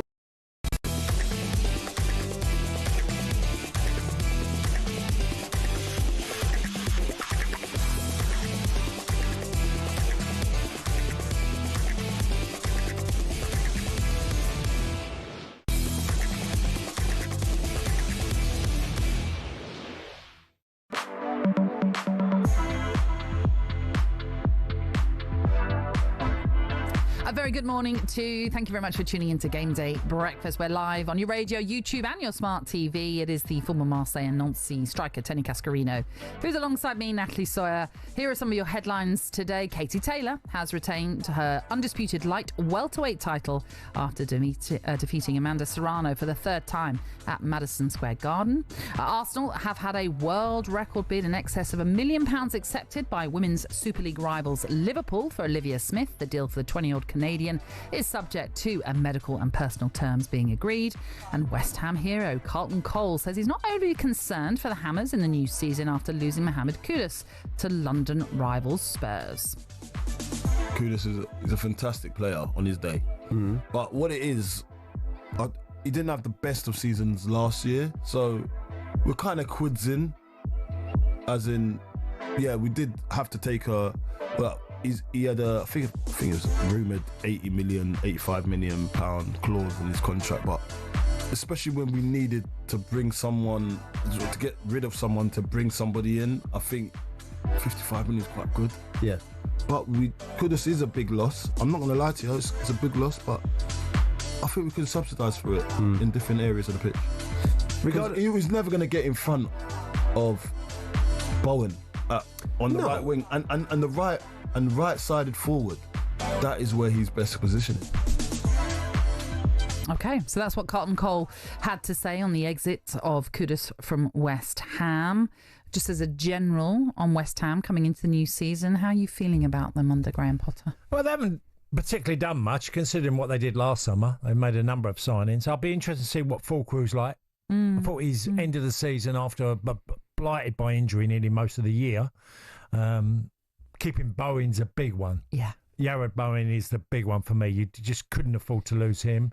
A number of changes, players' contracts have come up to finished and they've moved on. Yeah. People like Cresswell, so it'll be interesting to see what they do between now and sort of August time. But I still think there's a side decent enough to still be okay, but I think West Ham fans will be a little bit anxious at the moment. But I think Fulcrew would be a big one. If they can get him to play his best football and lead the line really well, that will be like that new signing they expected to happen last year, because it was just injury plagued all season for him. Indeed. Okay. And really, this is the summer for Graham Potter, because he didn't have that summer. Yeah, as got we a know. lot to do. A lot to do to get right, because let's be honest, it wasn't a brilliant start to his tenure last season at West Ham. It was a bit underwhelming. I went to two or three home games at the London Stadium now, and I got to say, quite a number of West Ham fans weren't. They didn't feel they'd been entertained at all. They thought it was a real drab, watching their team play. Yeah. Okay. Right, we're going to move on. For the 8th year in a row, a new Wimbledon ladies winner will be crowned as Amanda Anisimova and Iga Swiatek face each other in the final later today. A year ago, the American Anisimova failed to qualify for the main draw, having stunned the world number Aryna Sabalenka, though in the semi-final. She is through to her first Grand Slam finale. As for Swiatek, the Queen of Clay, she is through to her first Wimbledon final and is having her best season on grass this year. Let's look ahead to this huge final then coming up at SW19 with former British number one Lucy R. Lucy, good morning. How are you doing today? I'm doing very well, thank you. Morning to both of you. Morning. This is a really intriguing final in the sense that it's going to be a new Wimbledon winner and the fact that these two have never played each other in a professional meeting. They did in the juniors, but that was some time ago. So how on earth do you call it? It is a difficult one. I mean, it's exciting, isn't it? You've got two players that have never been to this stage before. Obviously, Swiatek's won 5 slams, never actually lost in a Grand Slam final, as my phone just slips down. Sorry. Don't worry. The glass table doesn't work. So, that's something that to look out for. She got a brilliant record when she gets through to this stage. Anisimova first final. I mean, it's been an incredible story, as you said. I mean, she lost in qualifying last year. She actually took a break from the game because of burnout and mental health. So, she was told that you're probably never going to get back up to the top of the game. So she's proved a lot of people wrong. different in the terms of how they play. Anisimova hits the ball so hard. I mean, too many people hit Sabalenka off the court, but that's exactly what she did in the semi-finals. Held her nerve brilliantly, because having lost the second set, which she could have won, she could have won that semi-final in straight sets, then gets broken to love, then bounces back, wins 4 games in a row, and then closes it out. But a first final at Wimbledon, will the occasion get the better of her for Swiatek, who has really struggled on grass? I think, because she did win the juniors here, but because, she's always basically been on the clay, done well on the clay, won Roland Garros. She's then got here, not really had too much time on grass. This is going to be her 11th match this year. Compare that to last year, she only played 3. She looks far more comfortable on the grass and has made those adjustments you need to with the movement, hitting the serve big. I mean, she's regularly hitting her first serve, around 150, 160 miles an hour, which is faster than she normally does, and it hitting the ball harder, flatter, closer to the baseline. So it is a difficult pick between them. I'm edging towards Swiatek just because she's been there before and she has got better and better as the tournament's gone on. I mean, she only dropped 2 games against Bencic in her semi-final, so potentially a little fresher, but who knows? I mean, they get out there. I think it's going to be a telling sign at the start of the match to see how it does unfold from there. Lucy, what have you made of the tournament this season? Because obviously for the ladies, there's different winners, it feels like, every year, which is great for the game as well. But the tournament in itself, how have you found it? It's been hot. It's been really hot. And we've been very British, banging on about it all the time. I do some radio at the championships, and that's kind of been the topic every day. There's been a little bit of rain, but it's boiling, and it's so hot on the show courts because you can't get out of the sun in certain seats. So there's been a number of people that have had to be stretchered off the court. There's been a few delays. We've seen, obviously, Alcaraz taking the water over, so all the players are starting to do that now. It's been packed. It's been really busy. The capacity in the ground's been higher than previous years, so it has been a popular event. The seeds have gone. I mean, we've probably forgotten now because we got through to this stage, but the first week we lost more seeds than I can ever remember, and you then didn't really know which way the tournament was going to go. We've obviously got to the latter stages, and there's no massive surprises, certainly on the men's side, probably more surprises on the women. So it's been a brilliant championships and a lot of fun to be on site. Just briefly, Lucy, tell us why, as I mentioned coming into this, we're going to have an 8th year in a row of a new champion in the ladies' side of things. But for the men's, Carlos Alcaraz is looking to win it for a 3rd consecutive year. What is it about the ladies' or women's tennis as it is that, no one can dominate as it feels on grass currently? That's right. I mean, I think the strength and depth in the women's game, as the men's, to be honest, has got a lot better over the last number of years. I think grass is such a short period, and there's not many tournaments compared to how much more time the players play on the clay and on the hard courts for the rest of the year. I mean, it's only this sort of 6-week block, which most of them don't. They maybe play one lead-up event and then then they're playing the championships. It's a unique surface. It's not really a surface that anyone's grown up on. Probably the Brits and the Aussies have more access to being able to play on the grass. You've got to move differently. You've got to, you can't sort of hang around so much and build the point. You've got to get that first strike in, and it does take time to get used to it. So I think they're factors, and then you'll get some lower ranked players that maybe just it suits their game. They can use the slice backhand. They prefer the contact point to be a little bit lower. One of their strengths is a serve, which is key on the grass. So then it suits them, and then the quicker you feel comfortable on it, then the more confident you are, the better you can do. So I think a combination of all of that. Yeah. Lucy, just briefly, Djokovic got beat yesterday, 3 sets straight by Sinner. Looked a little bit sluggish, not quite on pace. What do you feel after witnessing what you've seen of Djokovic this year? I mean, it's difficult because he's then getting questions fired at him. Is that your last Wimbledon? And he hadn't long come off court, and he was quite quickly into press. Yeah, I mean, he is coming to obviously the latter side of his career, but he's still making a semi-final. He just is struggling with, in particular, Alcaraz and Sinner, who are, quite a bit further ahead of the pack. They seem to, be the ones that are stepping up, particularly at the slams.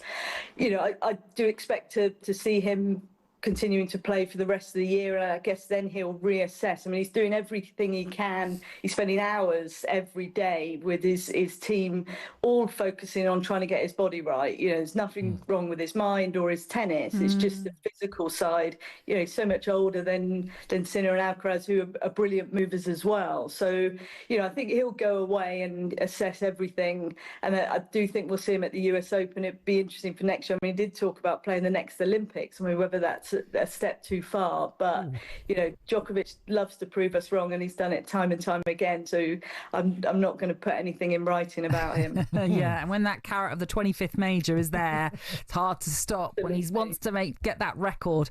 Lucy, thank you for being with us this morning. Great to have you on. Bye. That was the former British #1 Lucy Earle, then giving us her thoughts ahead of this Wimbledon final weekend. The women's to come today and the men's tomorrow. On the way next, we'll continue to talk the very latest on Crystal Palace and bring you the latest transfer news. We'll talk a bit of Arsenal as well as at some point throughout the show.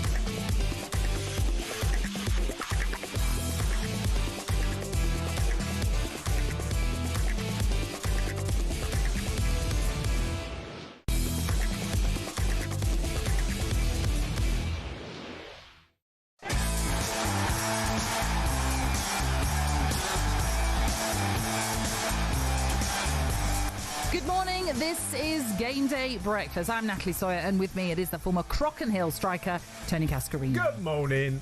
Liverpool have decided to retire the number 20 jersey. The squad number will be retired in honour of Diogo Jota across all levels, including the LFC women's and academy teams.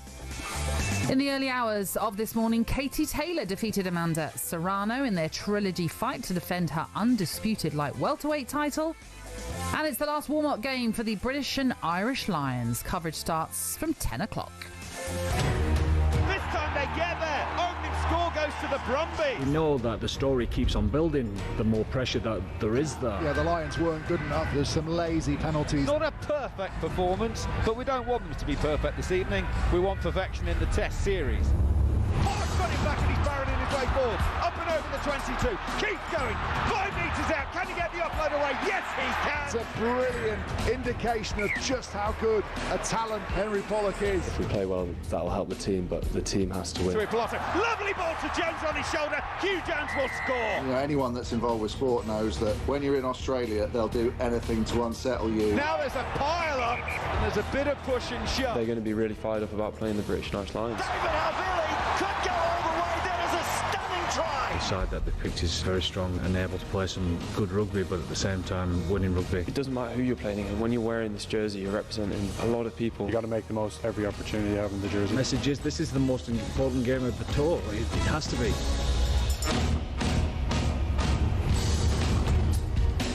Yeah, final warm-up game then for the Lions before that first test next weekend. We'll have more build-up to it later on in the show. And don't forget, we want to hear from you this morning on the things you think should be a sport. That's our text topic today, coming off the back of the Wife Carrying Championships and the fact that I said I love a little race with commuters, i.e. you get to the escalator first, you get to the tube first, whatever it is. I mean, they don't know they're in the race, but that's what I like to do. So many of you have been in touch. I'm just read a couple out before we move on. Aiken Marcus has said sports that kids have always played, like race walking down the road without stepping on the cracks in the pavement. That's a good one. Yeah. Always remember. That's from the film, isn't it? With what film? Jack Nicholson. He doesn't walk on the cracks of the pavement in the film. Is that right? I don't know. Yeah. As good as it gets? Yes, it's as good as it gets. I've not seen that film, so that I wouldn't know. He doesn't walk on the cracks on the pavements in that film. There you go. So that's that. Jack Nicholson. If Jack Nicholson does it, then it should be a sport. Richard has gone for, it is naughty, he says, but we've all done it. Beat the sat nav. Beat the sat nav. If it says you'll arrive at 12, you know you can do it at 11:58. Yeah, I've done that. What he does say though is, please don't do this, as I got 3 points for the sake of a minute. Richard, I hear you, though. I can see why. It's terrible, isn't it? Well, because obviously destination arrival, and it'll say 11:54, and you're driving, you're thinking, I'm not going to be late. I'll make that a couple of minutes earlier. And you're not going fast, you're not speeding, but you just know that you can get there a little bit quicker. Yeah, I know. Yeah. I hear you. Because their speed limit is, if it's a motorway journey, 70. Yeah. So they're not taking into the fact that some people might go a little bit over 70 to get to that destination. That's what the sat nav is thinking. Sometimes there's some of the back shortcuts as well. Of course. Although technically the sat nav should know. No, not always. I'm not sure. Right. Maybe it's me, but I felt Waze has gone a little bit backwards in the last year. I agree. I think Waze is not so good as it once was. I know. Now I'm like, but why are you taking me on the North Circular when you know it's going to be jammed at this time? But I know what you mean. And just lastly, before we move on, and as I say, there are plenty of you that have been in touch, so we will get to them. Colt says, when I walk down a road, I look for a drain and then set up my imaginary golf course with the drain being the hole and a random stone being the ball. I set a par score and everything. You have to kick the stone down the drain. It's a bit like foot golf, isn't it? Love that one, Colt. These are the things we want to hear from you this morning. So get in touch. 81089 is the text number, and the WhatsApp is 03717 223344. You can leave us a voice note. I'm sure a few of you have done so already. We'll do our best to play them out. But we've had things like getting to the passport gates first, for example, beating the travelator as you're walking alongside it. All those kind of stories we want to hear from you this morning. Right now, we're going to focus once more on Crystal Palace, who have been demoted from the Europa League to the Conference League for next season. This after UEFA ruled on the decision that we were waiting for. The European governing body's decision stems from Palace breaching its multi-club ownership rules. And UEFA have said the FA Cup winners could appeal its ruling with the Court of Arbitration for Sport, which they are expected to do. Nottingham Forest, who finished 7th in the Premier League last season, could replace Palace in the Europa League as a result. But that is something still to be decided. Now, a lot of this multi-club ownership rules stems from John Textor, the one-time shareholder at Crystal Palace, who also was owner or part owner of Lyon, which this is where it all comes from, because Lyon had qualified for the Europa League as well. And because John Textor hadn't put his Palace shares into what's known as a blind trust, it meant that Palace fell foul of the regulations. John Textor joined White and Jordan earlier this week, and this is what he had to say on, at that time, the potential outcome. Well, I think we all do as owners, but... No, you. Oh, me? Well, look, I'll admit to not even thinking about the issue. Of course, I have to. But I also read the rule, so please read the rule yourself. Like, everybody's talking about it like it's so obvious. The rule's very clear. If you have decisive influence, you may need to consider this. I don't. I didn't. If I had decisive influence, I wouldn't have been trying to sell the club starting in June of 2024. And if UEFA wants to look what they're doing, if you have a multi-club problem, they say, well, sell off your interest or get out of governance. Well, I did. I hired an investment bank. I was already out. I mentally checked out. So if that evidence is so clear, why are UEFA dragging their feet on this? One, I don't think they're dragging their feet. Two, I think they have safe harbor in this issue of decisive influence. But given the situation that Lyon was in, a possible relegation, why would they start this whole debate of people applying for appeal and stuff if they didn't have to? The draw isn't until, I don't know, when, August? They have time. Yeah. Now, it feels like they're dragging their feet because we as fans, we want to know. We want our team in. Yeah. But honestly, I think they were shocked as anybody. UEFA approved Lyon through a rigorous financial sustainability review. Why would they think the DNCG would suddenly have a problem with that same issue? Interesting to hear from John Textor there. As we said, he's no longer involved at Palace. He has sold his shares subject to Premier League approval.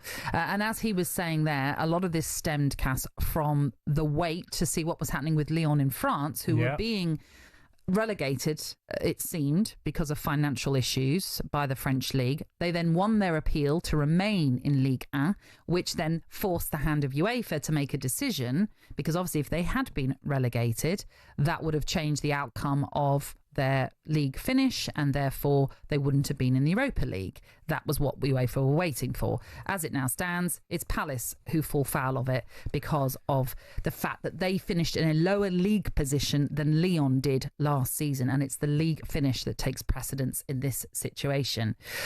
But it's something we've already talked about, where we really truly hope that CAS, the Court of Arbitration for Sport, not our very own Tony Cascarino, just has a bit of common sense in this one. John Texter there is telling you from 2024 he's been trying to sell the shares in Palace. And no influence. And has absolutely no influence on the football club. Yeah. I was very suspicious when Drogheda United were obviously demoted, literally demoted. They were literally kicked out of the competition, European Conference League.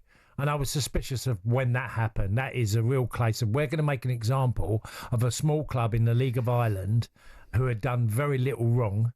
And yet... And what was the case for them to be thrown out? Do you remember? I think it was on similar lines as Crystal Palace. I mean, the only thing I would say is, and I may have even said it before myself, but I'm now sort of wary of saying making an example of when they're basing it on fact, aren't they?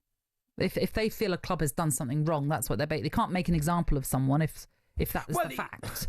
Yeah, because of the deadline changing, that's why the facts have been, the outcome has changed, because normally it's July the 1st, yes, but unfortunately brought forward to March the 1st.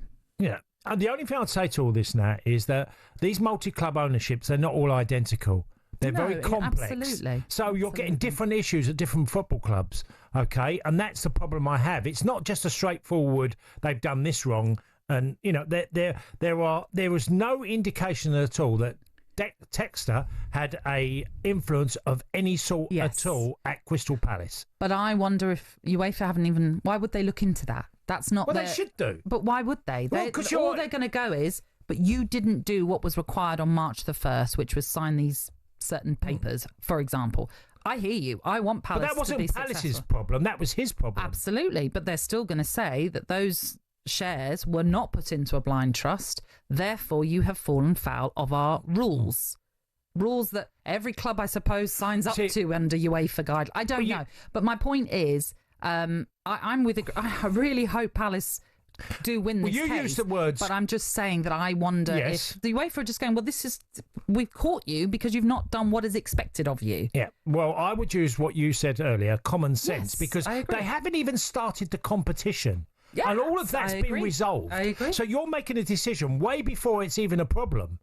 And that's where I have an issue with. You're making a call that simply doesn't matter by the time the competition starts. If he is, like he has, he's sold the shares on. So I don't see how that would be relevant if the competition hasn't started. Sees that. That's what I hope as well, because I think it's really unfair on Crystal Palace. Yeah, and see that they have been actively trying to do that for a period of time. It's just they were caught out by a deadline for a competition that they never expected perhaps to win until they got to the latter stages. And that was what were we saying? Millwall was potentially fourth round. Yeah, I think it was a fourth round. Well, I was there, so I'm pretty sure it was a fourth round game. So there was still a number of rounds to go before they could even think that we might get a European place if we win this. And also the deadline had been brought forward, hadn't it? To March the 1st, yeah. That point. So they brought it forward. But that's my point. They didn't know where they were going to end up. Yeah. So I would be show way more leniency, I would think, in the idea that there's a conflict of interest. That's what you're actually talking about, and there isn't one. So I think you're looking for something that isn't there now. Yeah, indeed. And you're punishing them for that. Yeah. We will wait to see. Palace haven't officially confirmed that they're appealing, but we expect that they will do. All right, on the way next, we'll bring the latest odds from Coral.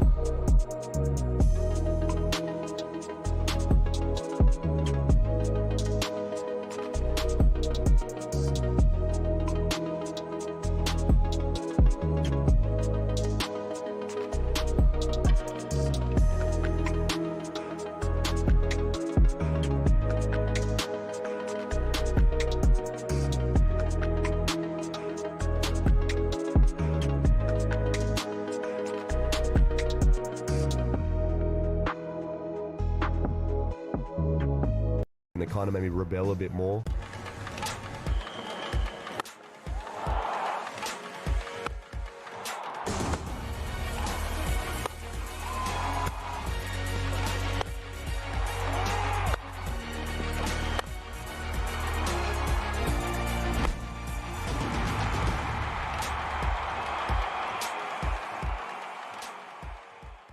He plays that villain role very well now. That's crying out for a little bit more attention. It comes with a lot of crazy people. I took it personally and it kind of made me rebel a bit more. To be honest, I don't really care anymore. I'm never going to change.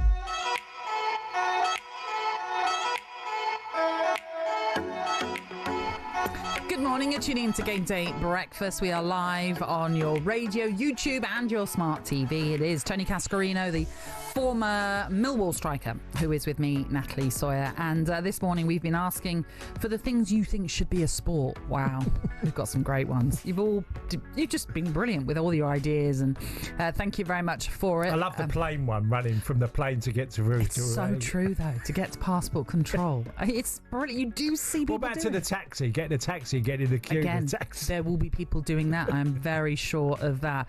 I'm trying to find one that I saw. Oh, gosh. I'll try and find it before. But what we'll do is we have also been asking for your voice notes on it. And this is what Andrew has sent us. Morning, guys. Great show as usual. Yeah, the one thing that should definitely be a sport is moaning.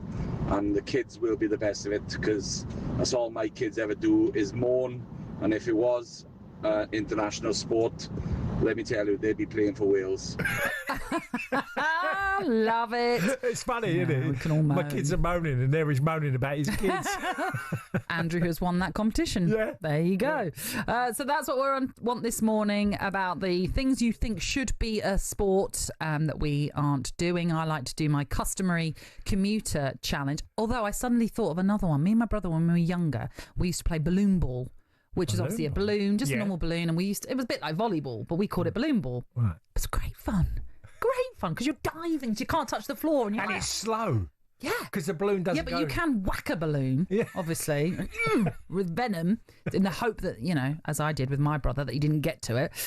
So, yeah, that's what we're looking for. Kind of stories like that. We've had loads of people talking about packing bags in Aldi should be a sport test of reactions. That's from Adam. And lots of others with regards to shopping, which I'll get to as well. But keep them coming into us. And you can send us a voice note like Andrew did too. Right now, it's time for us to bring you the latest odds from Coral. The Coral Daily Download on talkSPORT with Coral. Celebrating 50 years of the Coral Eclipse. Oh, that's golden. 18+ gambleaware.org. Very good morning to John Hill. How are you, John? Hi, John. Good morning, Natalie. Good morning, Cass. Yeah, I was just laughing because as we were going to come to you, I was thinking the amount of people that are in the bookie shop and they're running to get their bet on the dogs or get it on before it goes off. Yes. That is a skill in itself. That's a sport. They absolutely dash up there. Never mind, the 100-metre sprint at the Olympics. People get into that counter to get that bet on just before the race goes off. And fair play to the fantastic staff behind the counter, because they get it through the field at record speed as well. John, there's a small margin, isn't there? They can sometimes let the race go off, but it's only a couple of seconds, isn't it?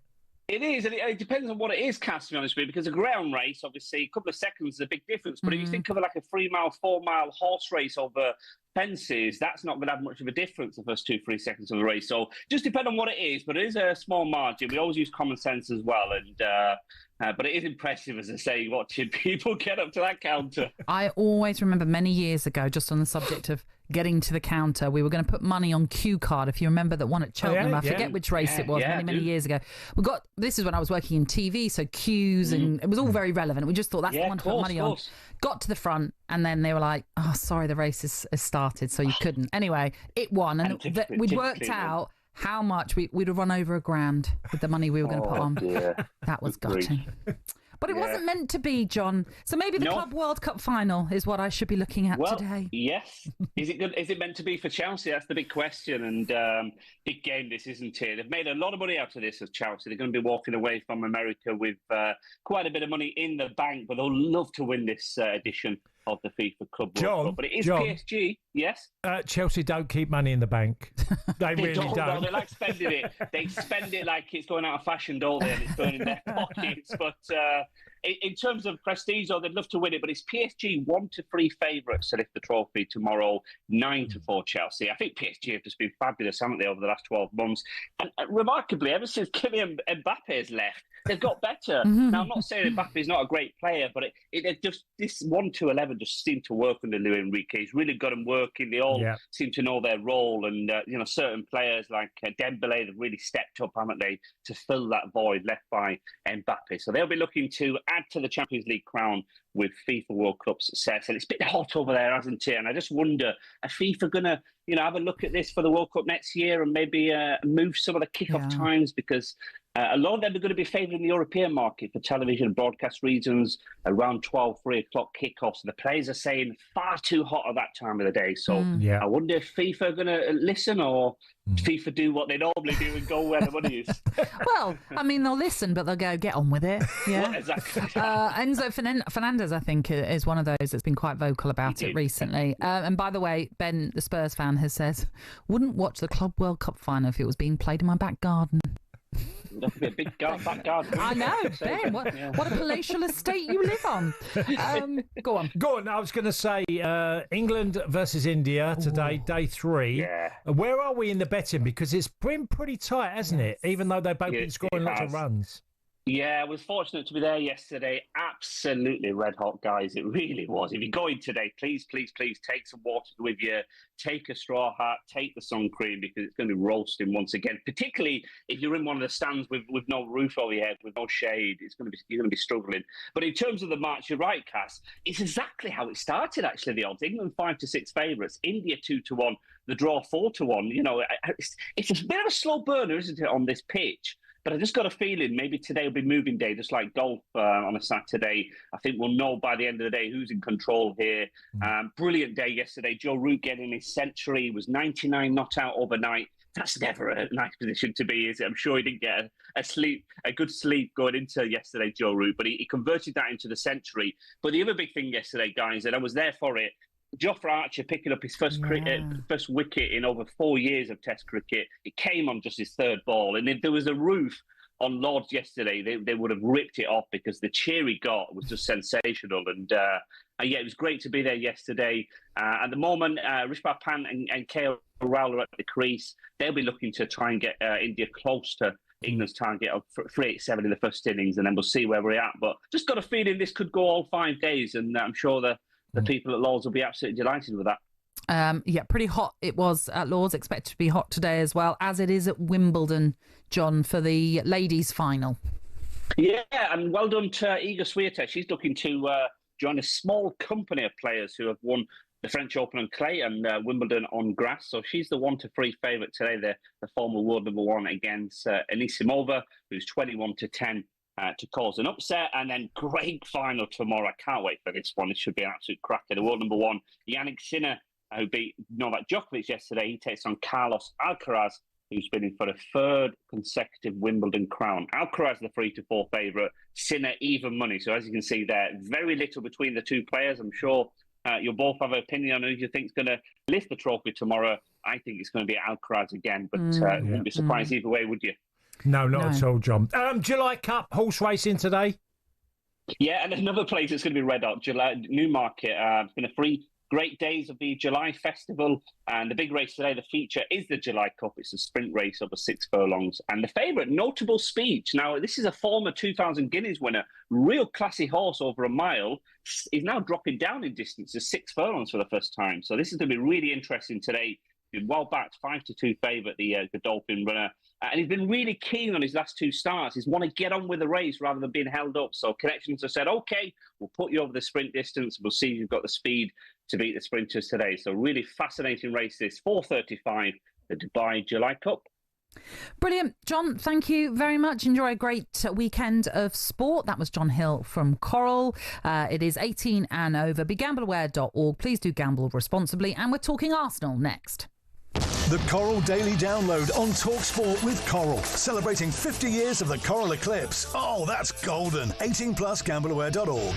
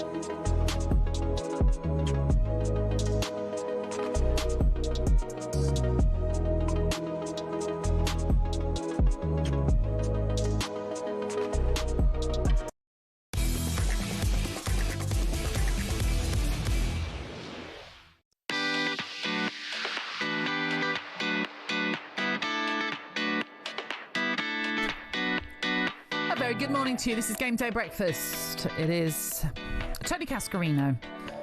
Who? Oh no, this might be right. Who has scored? We've gone from one time saying you scored more goals than people to now fewer goals.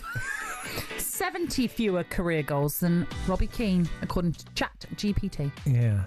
Well, yeah. No, Robbie got a lot of goals in his career. He was Ireland's greatest goal scorer. Okay. Yeah, Number right. one. You're right. You're right. That is Tony Cascarino. Really, you're right. I know I'm right on that. I know. I'm agreeing with you. Take the compliment. You're right. What? That I've got 70 less goals than him. That's a compliment. Mind you, weren't bad. 70 fewer, actually. Yeah, 70 fewer. Indeed. It is Tony Cascarino who is alongside me, Natalie Sawyer. And we want your texts and WhatsApps and voice notes coming into us this morning about the things that you do that should be a sport. For example, Ollie, tube surfing, standing in the middle of the tube without holding onto handrails and trying not to lose your balance. You've got to have good core for that, Ollie. Good core, but I hear you. And Stacky the Blue Nose says, my wife is world class at putting the shopping away. If it was an Olympic sport, she would definitely medal. Just when you think the freezer is full, she will find a space for the fish fingers.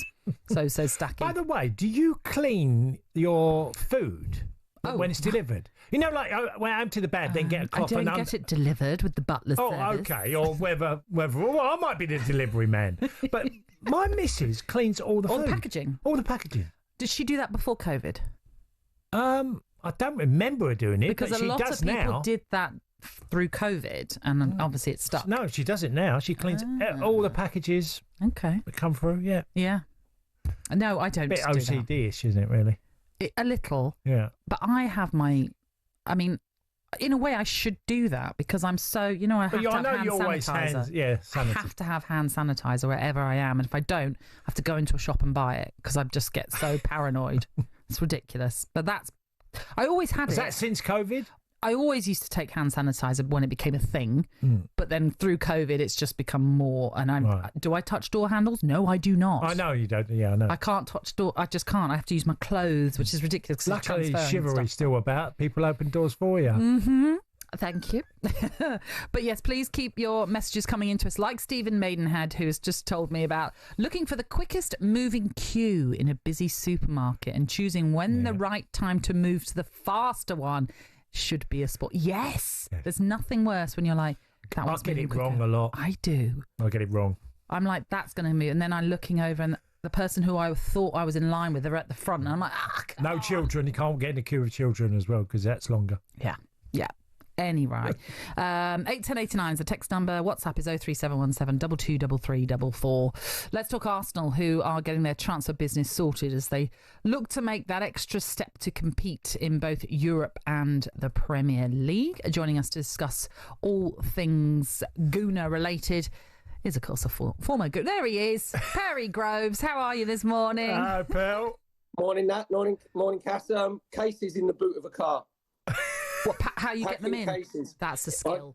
I go away with, obviously, Mrs. Josie and my mother-in-law Pam, and for an overnighter, you'd think they was going around the world. Honestly, it's scary. But that's an art, trust me.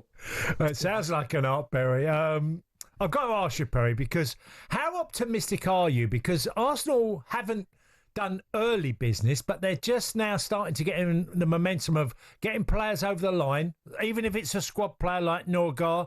But you just feel there's more to come, isn't there? There's definitely Noni Madueke would be another big one because I think he's very versatile. We play him on either wing.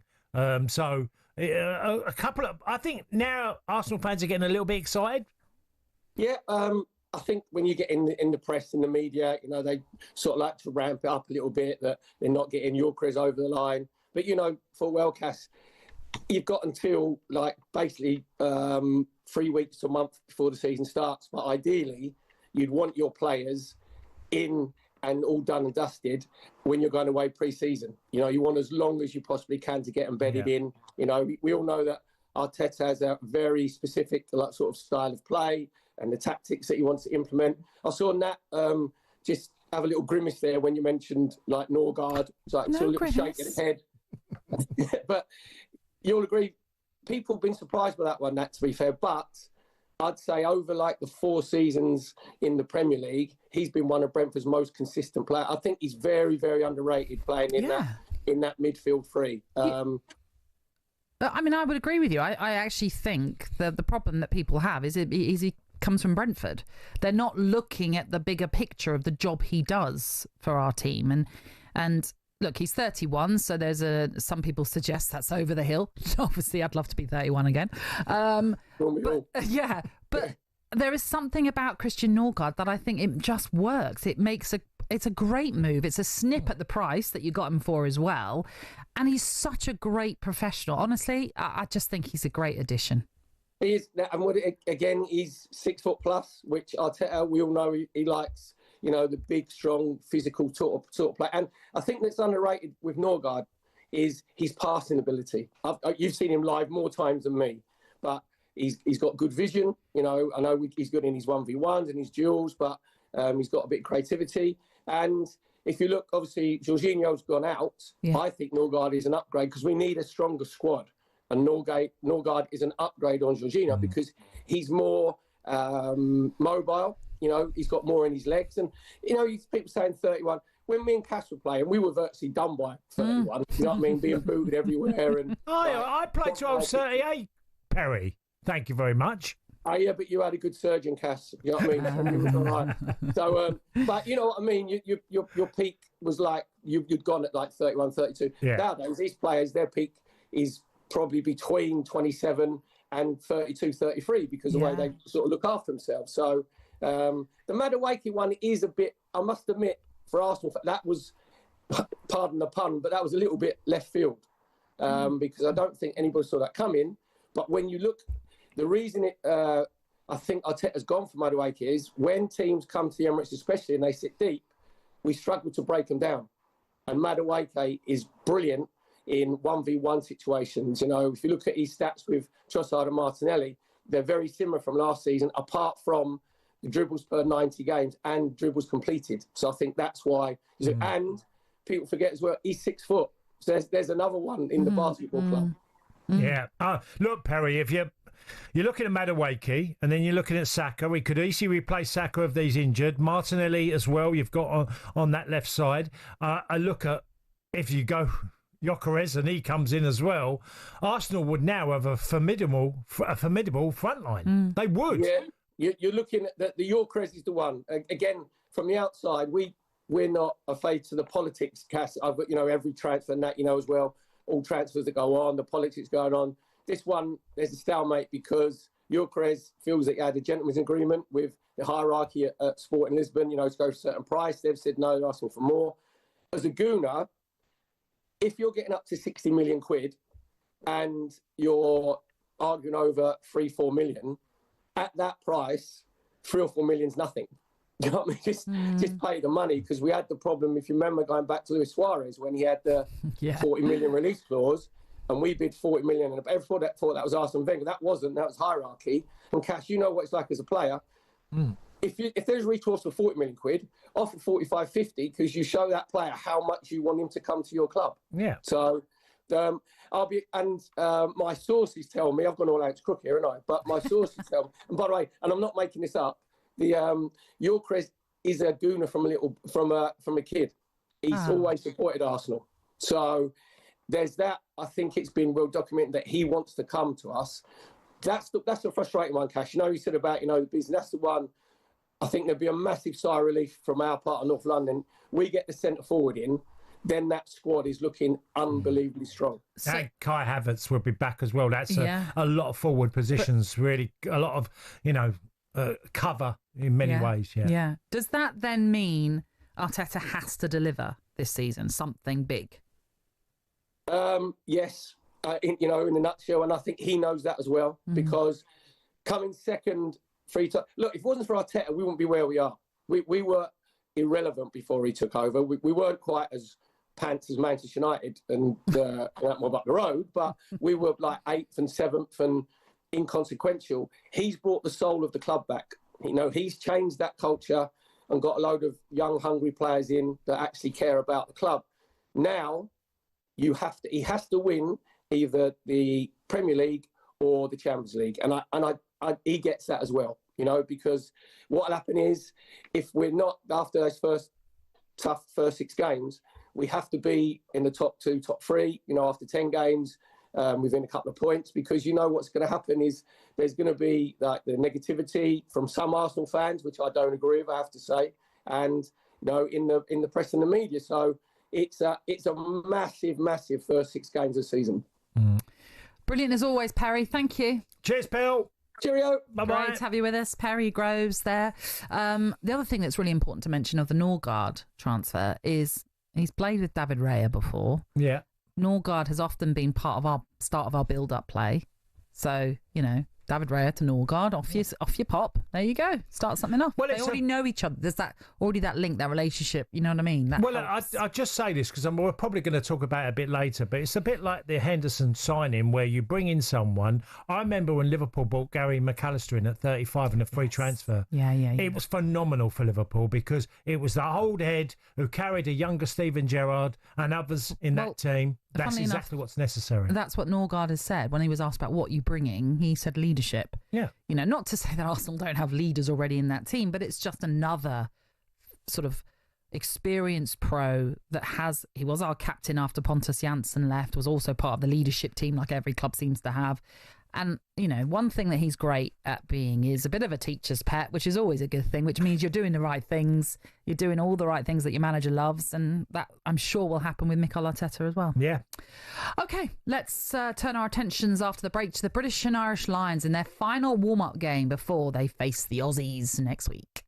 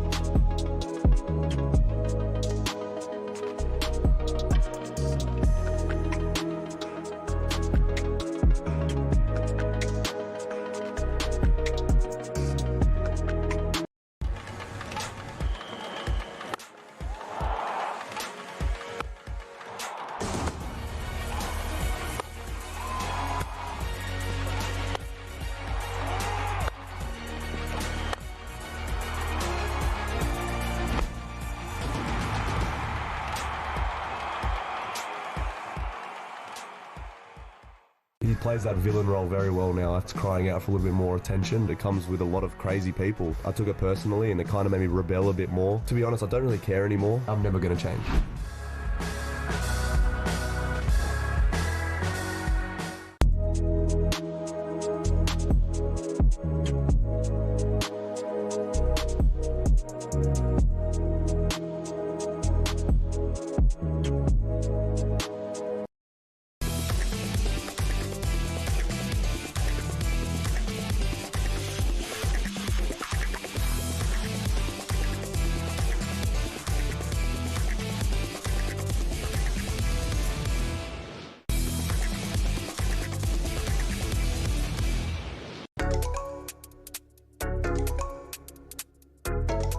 Good morning. This is Game Day Breakfast with a man who has the freedom of the French city of Nancy. That's Tony Cascarino. He's with me, Natalie Sawyer. Lots still to come on the show. We're going to talk cricket and the latest transfer news as well with our chief football correspondent. But here are some of your headlines today. Katie Taylor has retained her undisputed light welterweight title after defeating Amanda Serrano for the third time at Madison Square Garden. Arsenal have had a world record bid in excess of £1 million accepted by Women's Super League rivals Liverpool for Olivia Smith. The deal for the 20-year-old Canadian is subject to a medical and personal terms being agreed. And Brentford are set to confirm the signing of Jordan Henderson on a free transfer. Here's what Alan Pardew had to say on it. I think that's an inspired move because, you look at Brentford, they look at the numbers, and obviously with the betting regime behind them in terms of the knowledge, they know that the performances Henderson's put in at Ajax have been of the level. Okay, they wouldn't take him otherwise. But the added bonus, of course, is the leadership that he brings to a young group of players. They've always got players coming through. They're always signing young players normally. So, with Norgard going on to the Arsenal, it seems like a perfect replacement to me. Really interesting, that story. I mean, I think he summed it up perfectly. Yeah, I do. I think Alan said it brilliantly. But I'd also add in to Jordan Henderson is that he's still an England player. He's in the England squad, and he's there for a reason. And his effect on what he did at Liverpool, because when he signed for Liverpool from Sunderland, he wasn't good enough. Okay? And he became good enough and done a great job over a long period of time. You will be getting a player that is there for many different reasons. It's not just of how he plays. It's about his character, his leadership, and also a player that's played his best football in the Premier League. Now, I didn't see Saudi Arabian football. I didn't see any of his games there. I don't know how he done. But he was obviously very unhappy there. Whether it didn't give him the buzz, he's been playing in front of, 50, 60,000 and huge crowds in the Premier League, and may have found, the motivation, desire had gone a little bit and didn't enjoy it. Then he went to Ajax. I mean, he's probably lost quite a bit of money by going from Saudi Arabia to the Dutch League, Eredivisie, because he wants to play football. Now, the opportunity's come to play for Brentford, and I think it's going to give him an absolute lift. I don't know. Ajax missed out on winning the title in the end because that was amazing. They lost the title. I know, because they were in such a great position, but then went through a bad run of form where they ended up losing last 3 games. Yeah, exactly, the wrong time. But the manager at the time, Francesco Farioli, spoke glowingly of Jordan Henderson, spoke about the fact that he was an exemplary professional, that he had the experience and winning mentality for a young Ajax squad. Which actually, if you look at the current Brentford average age, the average age is is 23, 24, let's say. That's young. So it is a young squad. So he's coming into that to bring, as we've just said, that experience, the leadership qualities that we're now missing because Christian Norgard has left. And also there is an element, I think, that Jordan Henderson has in his game where he's clever with his game management. He might put the odd tactical foul in, which is what Christian Norgard used to do. And I think Jordan Henderson can do that role too. And that, again, is all down to experience. And, he might not be a player that starts every game. I don't know. We'll see what Keith Andrews does. But he might be a player you bring on when you need to shore up a game, for example. I don't know. You might see it differently, but that's how I see it. I think he'll play a lot of football for you. No, I'm sure he will. I do agree with you, because why would he want to come to us otherwise? Yeah. Not that you can guarantee minutes as such, but I do agree with that. But I just think there's a game management part of his game that will be interesting to see. Yeah, and important. I would be, you can never give a guarantee on a transfer on that, but I would be very confident that he will play a lot of football and do a really good job for Brentford and will be an important role model at the football club, because one thing's for clear, he's a fantastic professional. Yeah, I agree. Like James Milner was.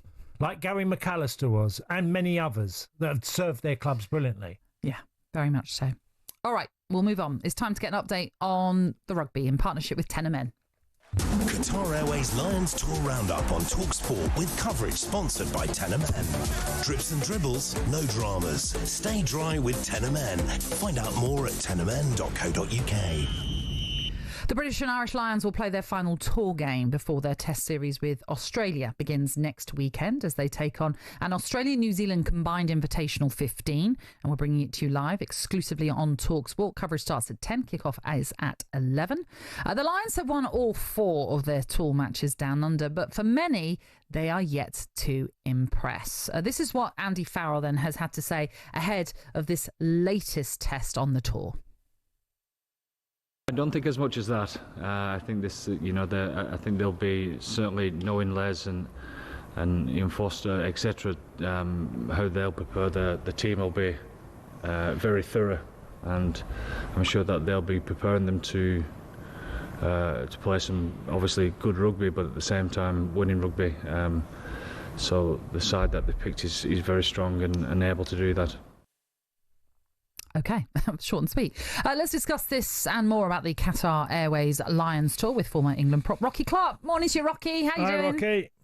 Good morning, folks. Yeah, all grand. Thank you. Excited for this last warm-up game. It's last chance saloon, isn't it? Yes. I mean, that's what I was going to say to you, because some of the tour games, although they are unbeaten and have won all 4 so far, have been a little bit underwhelming. So this is a chance for some perhaps to force their way into that first 15 come next weekend. Yeah, I still think there's a few spots left, a few that aren't nailed on, and it's going to be a massive game. The big talking point is Jack Morgan. He's been phenomenal this tour. His work rate, his ability around that breakdown, and breakdown has been a huge area that the Lions need to improve on. So I think he's up for a big shot. And of course, that centre partnership as well. Is it Tuipulotu and Jones or Aki and Ringrose? And both are playing really well. So yeah, last chance for those guys to stake their claim. Well, you could be in the final audition for them places that are up for grabs for sure. But you've also got a scenario where I've seen the 2 previous games, and it feels like every game they've played's got slightly tougher. So would this be in the same sort of mould where you're looking at the final game, but it's going to be the tougher one before you get to Australia itself? Yeah, the Brumbies was obviously a really tough game, and the Australian teams will be looking at where they've got major success, and we know that they're really good with their line speed, their defensive shift, getting off the line, putting pressure on the Lions, so they'll look to do that. The breakdown, there's been a lot of change for the Australians at that breakdown, so I'm sure it will be another really physical encounter. They've got a strong team, and I would expect this to be a really tough game. How much of a delicate balance then is it when you're considering injuries ahead of that first test as well? Like you say, this is going to be a physical battle. We've already seen a number of Lions players unfortunately have to exit because of injuries. Elliot Daly, really significant. So how is that, the balance of it, knowing that you've got to have momentum, you've got to have a strong starting team in the hope that they can carry, as I say, that momentum into that first test? Yeah, the thing is, every time you step on the pitch, you have to give it your all. But there will be a few, clouds over, like, what if I manage to get into the test team, and a little bit of awareness. But they've got to play their way into a test team. If they don't perform today, that door will be shut. So they have to give it everything. You take that chance, and as we've seen, a few injuries, and the latest one with Kinghorn as well. But hopefully he'll be okay. But this has opened the door for Keenan, so all to play for.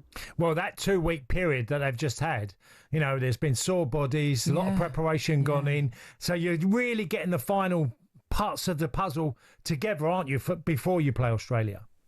Yeah, absolutely. And the key thing is they've been moving and flying and recovery. There's been very short turnaround between each game. So as soon as they finish, into the ice baths and then prepping for the next game. So the luxury this week is that they've got a full week, so they will get a bit of recovery, but then it will be going toe to toe with those that are the starting 15, and then there'll be some pretty miffed guys. So yeah, the physicality and everything is going to up this week and fine tune those last little bits. So hopefully once the Lions come into next week, they'll be firing, because there's periods they've been magnificent, but there's also periods that they'd rather forget about and need to improve on. Indeed. Well, enjoy it, Rocky. Thank you. Thank you. Cheers, will Rocky. do. Cheers, you too. That's former England prop Rocky Clark, and that was all thanks to Tenor Men. Qatar Airways Lions Tour Roundup on talkSPORT with coverage sponsored by Tenor Man. Drips and dribbles, no dramas. Stay dry with Tenor Man. Find out more at tenorman.co.uk.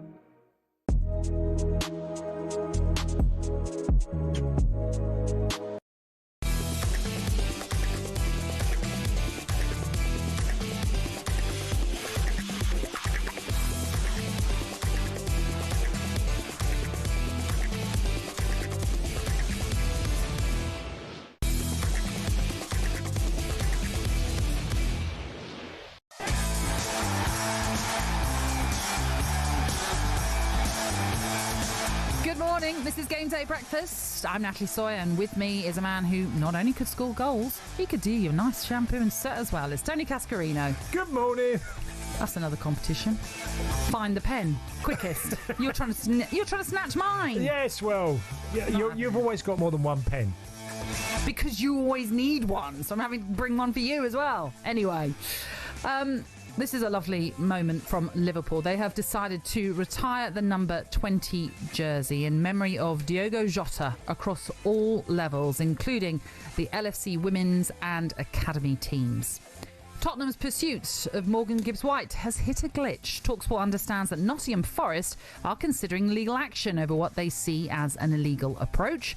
Forest say they never gave Spurs permission to hold talks with Gibbs-White and are suspicious over a breach of confidentiality regarding his £60 million release clause. Insiders at the City ground regard the deal as being off as it stands. More on that in just a moment.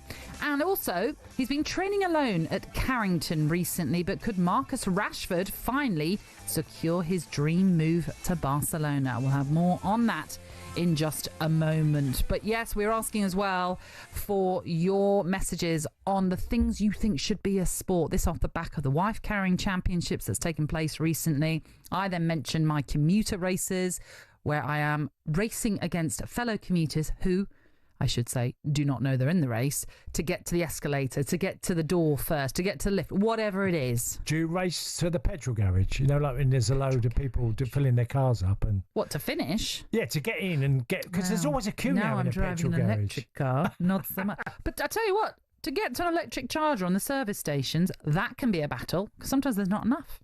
Oh, well. And then you are there thinking, I don't know if I've got enough charge to get me to the next one. Yeah, that is. And also on the electric cars, actually, do they do the miles they say they're going to do? No, they do not. No, because you have the air conditioner on or... A radio, whatever it is, radio, it all uses it up. I know, frustrating. It definitely does not do what they say it should do in terms of mileage. This is a new sport. Last person standing or seated to get on the plane. It's a standoff. Sit there and wait. You'll always get someone or in the group playing the same game. You just show no interest in getting on the plane until the last minute. I don't think I could do that. I think I would be one of those a little bit more inclined to get on the plane as soon as you can. Where are we? I'm trying to find some other ones. We've had so many, which is brilliant. My favourite, the ball. Peter in Whitley Bay. Kirby should be a word championship, but my personal favourite is the ball chucker for the dog. Hit a tree, land in a pool, bounce it high, and just how far. There we go. And then this one, we talked about travelators, racing travelators, people that walk alongside the travelator to beat someone on there. This one says, never trust anyone who doesn't use the travelator. I mean, that's true, to be honest. If it's there, why would you walk? Just walk on the travelator, you get there quicker. Yeah, but sometimes people block the way, don't you? That's frustrating. So you're not getting there as quicker. The travelator is for walking on, I think. It's not for stalling. Some people just stand on the travelator and then, you know. We were also asking for voice notes this morning. That's what Andy's done. Blackpool Pleasure Beach. You're all waiting at the roller coaster, and you all want that front carriage or you want that rear carriage. And soon as them gates open for you to get up the roller coaster space, Jesus, it's like a 30-metre dash to get to the front and the back. Bish, bash, bosh. That should be Olympic Games. That should be a Lancashire Cup. Lancashire Cup. I love that. By the way, I mentioned balloon ball. That sounds like Bunbury. It did a little bit, didn't it? Matthew Howard. I mentioned balloon ball that I used to play with my brother. He says it's actually a sport. Oh. You can check it out on YouTube. Oh my God, I missed out on that balloon ball. Yeah. There you go. Keep them coming into us. 81089 is the text number. You can also WhatsApp us and leave us a voice note like Andy did on 03717 223344. Right, there's lots for us to still talk about this morning. More on the situation of Crystal Palace, but also Marcus Rashford, Morgan Gibbs-White. Pleased to say joining us, it is our chief football correspondent, Alex Crook. How are you, Alex? Alex. Good morning. Sorry, just caught me having a drink of water. We did, but you know, that's fine. You need to be refreshed in these hot days. Is there anything you do that should be a sport? No, but you talk about balloon ball. Yes. I did once get quite badly injured kicking a balloon on a dance floor with my kids, and I absolutely stacked it and landed all 18 stone of me on my rib. Honestly, it took a while to recover from that. The embarrassment as much as the injuries themselves. Yeah, that is the worst. It's the memories of what you've done. That's the worst. That's brilliant. Right, let's talk. We've spoken about Palace a lot already this morning, but maybe you can clarify or give us the latest that you know of, if there's anything that's changed over the last 24 hours. No, not really. Obviously, Steve Parish gave quite an explosive and emotive interview to our television colleagues, and I think most right-minded football fans would agree with him that this is grossly unfair on Crystal Palace for UEFA to make an example of them when there are far bigger clubs across Europe who all operate under multi-ownership models that haven't been punished in the same way. I do expect Palace to appeal to the Court of Arbitration for Sport. And I agree with Henry Rinter on Twitter this morning. I hope the FA will support that appeal, because Palace were one of the feel-good stories of recent years, really, because when it comes to dishing out major prizes in English football, it's become a bit of a closed shop. So for a smaller club like Palace to beat the elite and come through and win their first ever major trophy, qualify in Europe for the first time in their history, I think should be applauded. And this is a technicality, no more than that. Alex, what I don't understand is why... surely it should be, if the competition starts in August, you should have that date to nearly get to the on that line of saying, well, they've conformed by that time. Not go back to March of this year. So you're saying that the date for Palace should have been the final of the FA Cup. So any team in that situation. Exactly. They should. That's date to me. Like the dateline of March is ridiculous, considering that a lot between March and the end of the season can happen.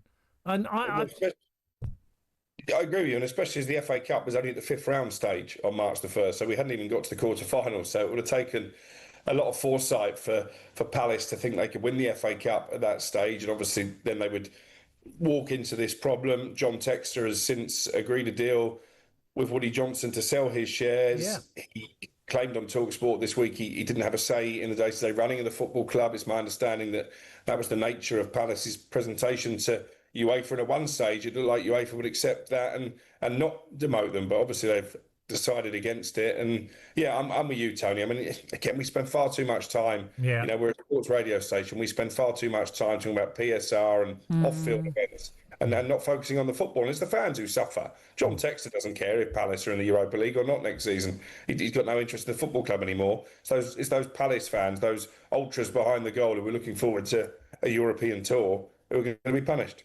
Yeah. Okay, so any other deals that are more... Well, let's talk Morgan Gibbs-White, shall we? Because it looked as though that was going to be a done deal a couple of days ago, and now it's not as likely, it seems. No, again, this is turning into a bit of a saga as well. It all escalated very quickly on Thursday, from Tottenham showing initial interest to telling Forest they would trigger the release clause.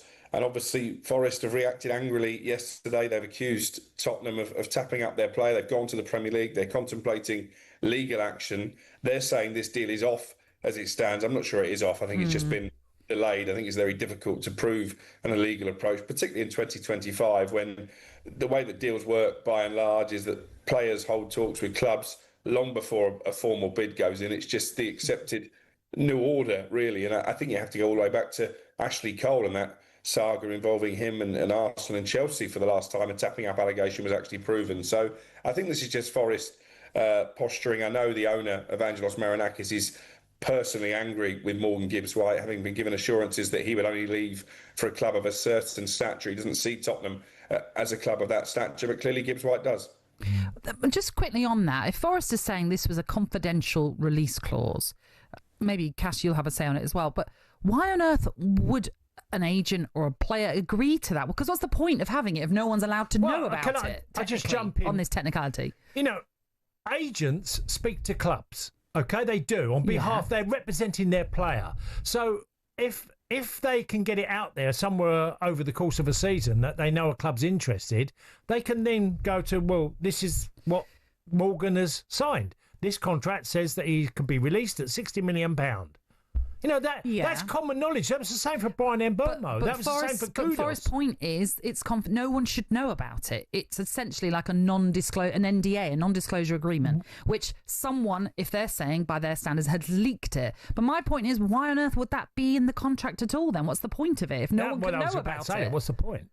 I think it's quite common for these release clauses to be kept confidential. I think it's just an agreement within the corridors of power at football. And I think the nature of Forest's complaint is that Tottenham's bid is bang on the release clause. You know, Spurs have got 62 million. It would have still triggered the release clause, but maybe it might have hidden the fact they knew what that release clause was. As I say, Tottenham look pretty calm. They're not commenting publicly on the situation. They still expect this deal to go through. I think what he does ensure is that when Morgan Gibbs-White goes back to the City ground in a Tottenham shirt, he's going to get quite a hot reception from those Forest fans. Yeah. And by the way, clubs do sometimes release information about a player of theirs who they might want to let go. Of course. It's got a release clause in. Yes. When it suits. His contract. Yeah, when it suits. When it suits, yeah. Should we quickly talk about Marcus Rashford, because it's still up in the air as to what is happening with him and his future.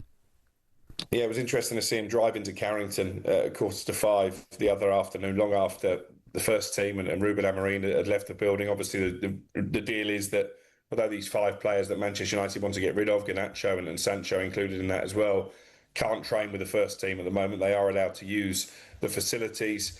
Barcelona showing a bit of interest in Marcus Rashford. Obviously, they missed out on Nico Williams, their top target. He signed a new deal in Bilbao. Luis Diaz was second, I think, on their list, but Liverpool have made it pretty clear he isn't going anywhere this summer. So who knows? Rashford might well get the move that he craves. I think it probably will have to be another loan, with Manchester United paying a percentage of his wages. And let's see how he does it in Spain, because I think when you look at his form over the last couple of years, to have a club like Barcelona interested in you, I think he can count himself a little bit fortunate. I guess from United's perspective, and maybe from England's as well, the hope is that he goes there, gets back to his old self and manages to revive his career. I know he's divided Manchester United opinion, but just for you, Alex, is there just a bit of a sadness of how this is all ending up for him? Yeah, very much so. My oldest boy is a devout Marcus Rashford fan. He asked for his number 10 on the back of his shirt at Christmas. Obviously, the number 10 jersey has now gone Mateus Cunha's way. He's an academy product. We all remember what he did off the pitch during the COVID times, which I think needs to be commended. And just from a pure footballing ability point of view, I think he has more ability probably than anybody else in that Manchester United squad, maybe with the exception of Bruno Fernandes. But the trouble is, at times, I don't think his attitude and application has matched that ability, and that's where the sadness comes from. He should have been the poster boy for Manchester United for decades, and it's not going to quite work out that way. Well, it's always a busy summer for you. We look forward to chatting to you once more when there's more news to talk about. Thank you, Alex. Cheers, Alex. No problem. Have a good day. That's our chief football correspondent, Alex Crook. On the way next, Sam Ellard joins us to look ahead to day 3 of the third test between England and India.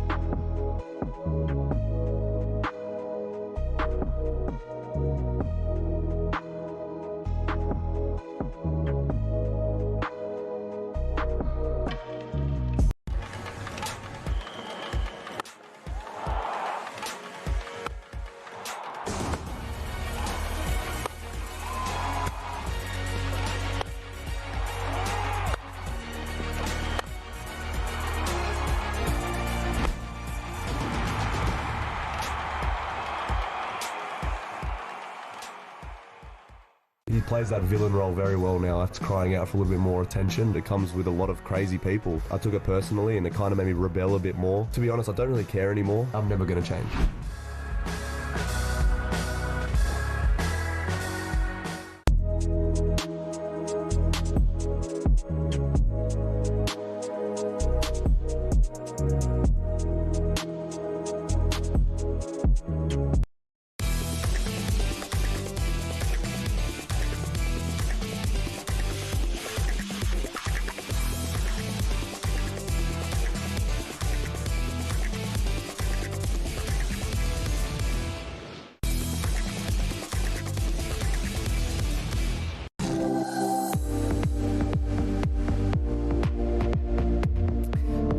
This is Game Day Breakfast on talkSPORT. We are live on your radio, YouTube and smart TV. It is the former Aston Villa and Celtic striker Tony Cascarino alongside the professional balloon ball player that is me, Natalie Sawyer. Yes, that is one of the sports, well, one of the things I used to do when I was young, thinking it could be a sport, and now I'm told it is a sport.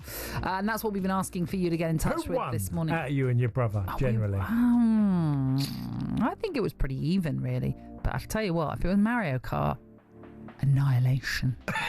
I was really good at Mario Kart. Yeah. I don't think he ever beat me. I was that good. But we've had loads of other ideas. This is from, it says Frex from Carlisle, picking a lane in a traffic jam and discovering it's the fastest. Oh, yeah, that's a great one. If you can do that, that is pretty nifty, I must say. What else? Picking a lane. I know. It's true, though. It's amazing what goes through our minds in moments, isn't it? It's like stupid. When you're in your own world, you're on your own and you're thinking you're going to A to B and the things you're doing to try and get there quicker. I know. And get things done. And it's all about getting there quicker. Yeah. Like Jerry mentioning, and again, something that's been mentioned already, joining the best queue in the supermarket. Yeah, it's all that sort of thing, you know, making sure you get to it faster than anybody else. We've had loads of suggestions coming in. Before I try and read more out. I can't remember where I read it, but I remember reading something. It was about how much queuing you do in your life. Oh, don't. And it is literally... lost time. Well, it is lost time, but it's an extraordinary amount of time. If you live to a certain age, obviously you have to say from the age of 0 to 70 what you do in queuing and time lost. And obviously the last few years, queuing has become even longer nearly on everything you do, whether it's going to the bank, going to the petrol garage, you know, going on the roads. Just generally everything's quite a little bit longer now, isn't it? Yeah. Yeah, I hear you. There was one about being at the traffic lights and getting off first. I mean, I'm guilty of doing that sometimes. It's quite childish, all of this. It's so childish. But you just had that, again, sense of satisfaction that you've beaten someone. And they might eventually overtake you. Then you stall on the old gears on your car. We've also been asking for voice notes on this. This is what Matt from Lincoln has had to say. I'm actually an Olympic record holder. At picking up things that I didn't put down, which should definitely be a sport. Could be things that the missus has left lying around, kids' toys, kids' clothes, food wrappers that they've eaten. They funnily end up in a bin or actually where they need to be. It's true. I hear that as well, Matt. So that's kind of what we're looking for this morning. Do get in touch. We're with you until 10. Yes. 81089 is the text number. The WhatsApp is 03717223344. Now, the third test between England and India is finally poised, with the tourists set to resume today on 145 for 3. That's 242 behind Ben Stokes' side's first innings score. Jofra Archer, making up for lost time after more than 4 years away, struck on his third delivery to help England in the field. So joining us now to help us run through proceedings, it's talkSPORT's cricket reporter Sam Ellard. How you doing, Sam? Hi, guys. How are you? Sam, I've got to ask you first and foremost, Jofra Archer, obviously Natalie just mentioned, but what a chain he's wearing around his neck as he's bowling. He does like to wear a chain. I know, he's a cool guy, Jofra Archer. He's one of the, I've met him on a few times, and he likes his bling, and he's one of the most laid-back guys you can meet, and you see that in his action, don't you, where he kind of just looks like he's almost jogging into the crease and then unleashes these 90-mile-an-hour deliveries. But yeah, it was really special to be there yesterday. It's been I can't believe it's been over 4 years since Jofra Archer last played Test cricket for England. He's had obviously really bad injury problems, back problems, elbow problems, and for large parts of those 4 years, I think lots of people just thought that he was never going to play Test cricket again. He might come back and play, T20 cricket for England, but could he handle the physical strains of Test match cricket? But in that opening spell yesterday, I'm sure those long days in rehab and in the gym and in hospital would have felt like a distant memory for Jota. And the fact that it was just 3 balls for him to take his first wicket was just magical. To dismiss such a good player like Jaiswal with such a good ball, a full ball that moved away, took the outside edge. The opening spell, he bowled 5 overs. He bowled quick. Quite a few of the deliveries were in excess of 90 miles an hour. So yeah, just so good to see Jota back playing Test cricket with the red ball in hand and with the gold chain as well, Cass. Good. Nice fashion accessory. So tell us how you think this Test is, poised, shall we say? Yeah, it's God, you're gonna have a go at me sitting on the fence. I think India, but it is. It does feel like it's it could go either way. Yeah, it does feel really, really evenly poised. Maybe if I would just give advantage to England, because one of the 3 wickets that England got was Shubman Gill, who basically batted for the whole of the first 2 Test matches. So India trailing by 2-4, 2-3 wickets down. It feels really, really nicely poised. It looks a really, really good wicket. We've got blue skies today, so it feels like a batting day today. The key wicket right now for England is Rishabh Pant. We know he's the sort of player that if he spends some time at the crease today, he can take the game away from England pretty quickly. So honours even right now, but I think England will know this morning that getting Rishabh Pant pretty early is the big wicket for England today, no doubt about that. Yeah, tell us, because it's in the paper this morning, I was reading about the lost time during the Test and overs. Yeah. So where's this come about then, Sam? So this is becoming a serious problem in cricket. So you're supposed to bowl 90 overs a day in cricket, okay? And each session is 2 hours. So it's supposed to be 30, 30, 30. When you get to 6 o'clock, they give you an extra half an hour to complete your overs, okay? Now, this isn't just a new thing in this Test match, but it's been highlighted in this Test match because it's a real issue. At 6 p.m. yesterday, there were 22 overs left in the day. Now, it's becoming an absolute farce. Now, every single day, overs are being lost. I reckon on average in a day now, you're losing 7, 8, 9 overs in a day. And, people are paying their hard-earned money to go into a Test match day. And then, it's almost like going to a concert, and it's almost like, the act only doing 85% of their act, and then just saying, oh, you know what, let's forget about the last 10, 15%. I don't fancy doing it. And there's so many problems with this, and there's so many stoppages in play. Now, sometimes, if a batsman gets hit, fine, he's got to get medical assistance. But, so often in this series, you'll literally have a lunch where there's a 40-minute stoppage. And then 3 overs into the afternoon session, a batsman wants new gloves. He wants a new bat. He wants a new helmet. He wants a drink. There are so many stoppages throughout the day. And we're losing so many overs every single day. And you're sat there and you're watching it, and it's so frustrating. And I feel sorry for the people that pay their hard-earned money, and they should be getting 90 overs a day. And the whole point of the extra half an hour at 6 to 6:30 is to maybe make up the couple of overs you couldn't get in. We're getting the extra half an hour and still losing so many overs. And of course, you add those overs up over 5 days, it's a lot of overs. And challenges as well. That's another issue. Yeah, with the reviews. Yeah, the reviews. Yeah, three to each team, isn't it? There's some stuff that is going to take time. I was like, if a batsman gets hit, you might need medical. That's fine. But it just feels like in this series in particular, drinks are being brought out after every 3 overs. Batsmen are getting massages. They want new gloves. As David Bumble-Lloyd would famously say, get on with the game. I mean, it's quite hot, so I get the drinks thing. But you're right. The umpires should be taking a watch on how long everything is taking, and if the punters are missing out, that's clearly not what we want. And at the end of the day, we want Test cricket to be at the forefront of cricket at the end of the day, don't we? Because there was a period where it didn't seem to be anymore, that the white ball cricket was leading the way. It seems as though Test cricket is coming back, which is great, Sam.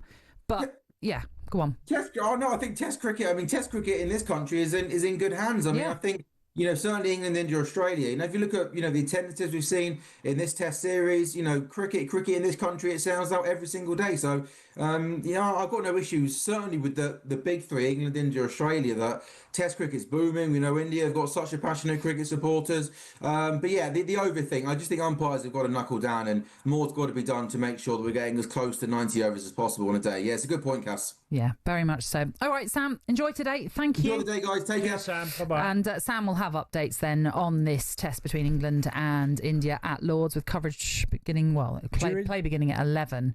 Do you enjoy the challenge? Now we're talking about all the challenges. Do you like it when someone says, that's a good point, Cass, or that's a good point, Nat? It drives me crazy. Just makes me think, don't worry, I'll get my revenge in the next bit. It's nice when someone says that's a good point. You think, oh, thank you.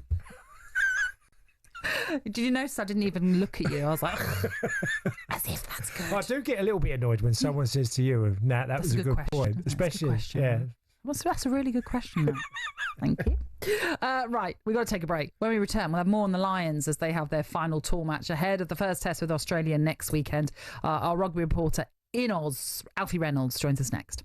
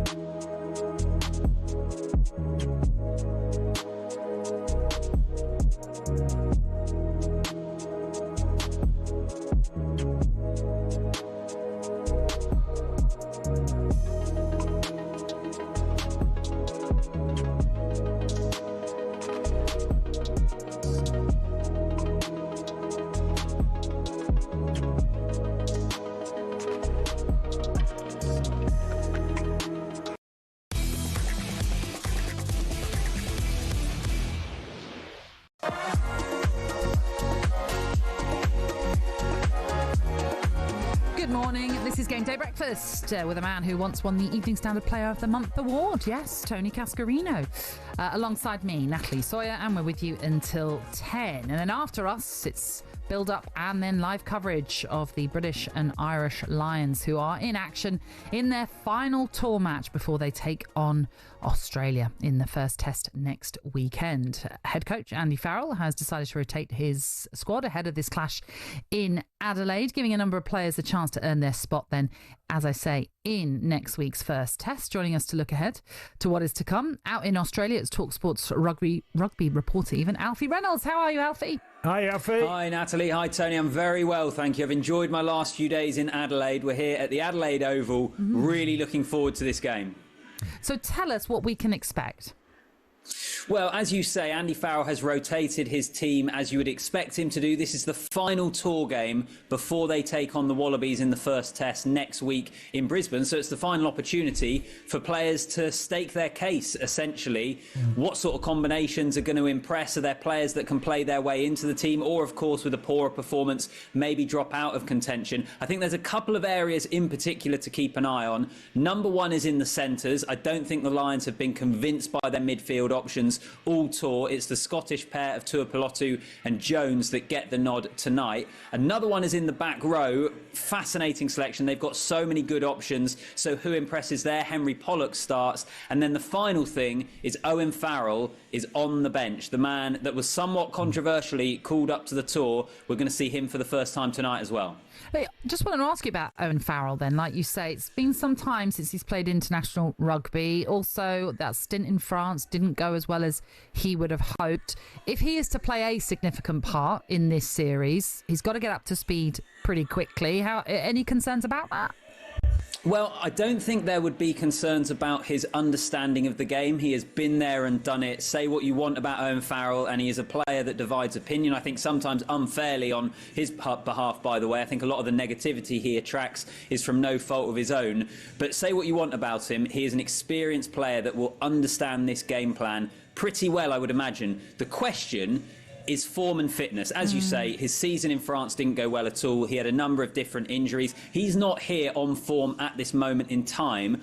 What does he look like coming off the bench, having probably not been able to train that much? A big thing talking to the Lions over the last 2 weeks, we've played 5 games in 5 different cities. It has been moving around, travelling. They've virtually not been able to train. So how up to speed is he in that regard, having not necessarily been training? I still think Owen Farrell has a role to play in the Test series. I don't necessarily think he should have been called up, but I think now that he is here, I think there is a really good chance we see him in some form in the Test series against Australia. Alfie, obviously from the Lions' perspective, we've talked a lot about how they're setting up before they play Australia. Where are the Australian team in? Because obviously they're playing in some of the games against the Lions already for their provincial teams. So where do you think they are? Well, it's a good question because the Australians, they played Fiji, which is their only warm-up game. Frankly, they weren't that convincing. They won, but they just about got there. It was a scrappy game. It was quite sloppy. They have had some players dropping out of their training camp to go and play for their Super Rugby sides in the build-up to this. They've retained a lot of players as well. So there's a lot of unknowns. I think it's one of the fascinating things about this Lions tour. I think there is unknowns about where the Lions are at the moment because they've struggled to piece together the game plan and progress it in the way that you would maybe want, again, because they haven't really been able to train.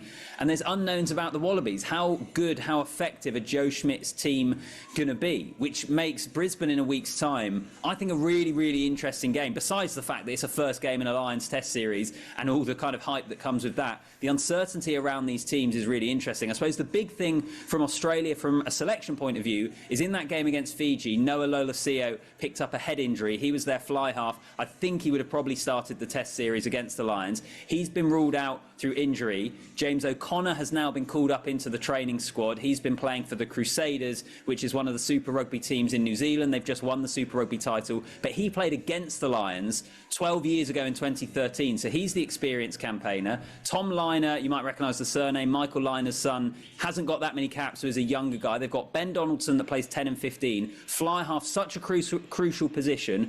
Who the Wallabies select, that's a big question mark, I think, going into the week in Brisbane. Michael Liner. I used to remember him at Sky Sports when I was there, and he'd always be like, "G'day, Natalie," and I was always like, "Oh, it's Michael. He's so lovely."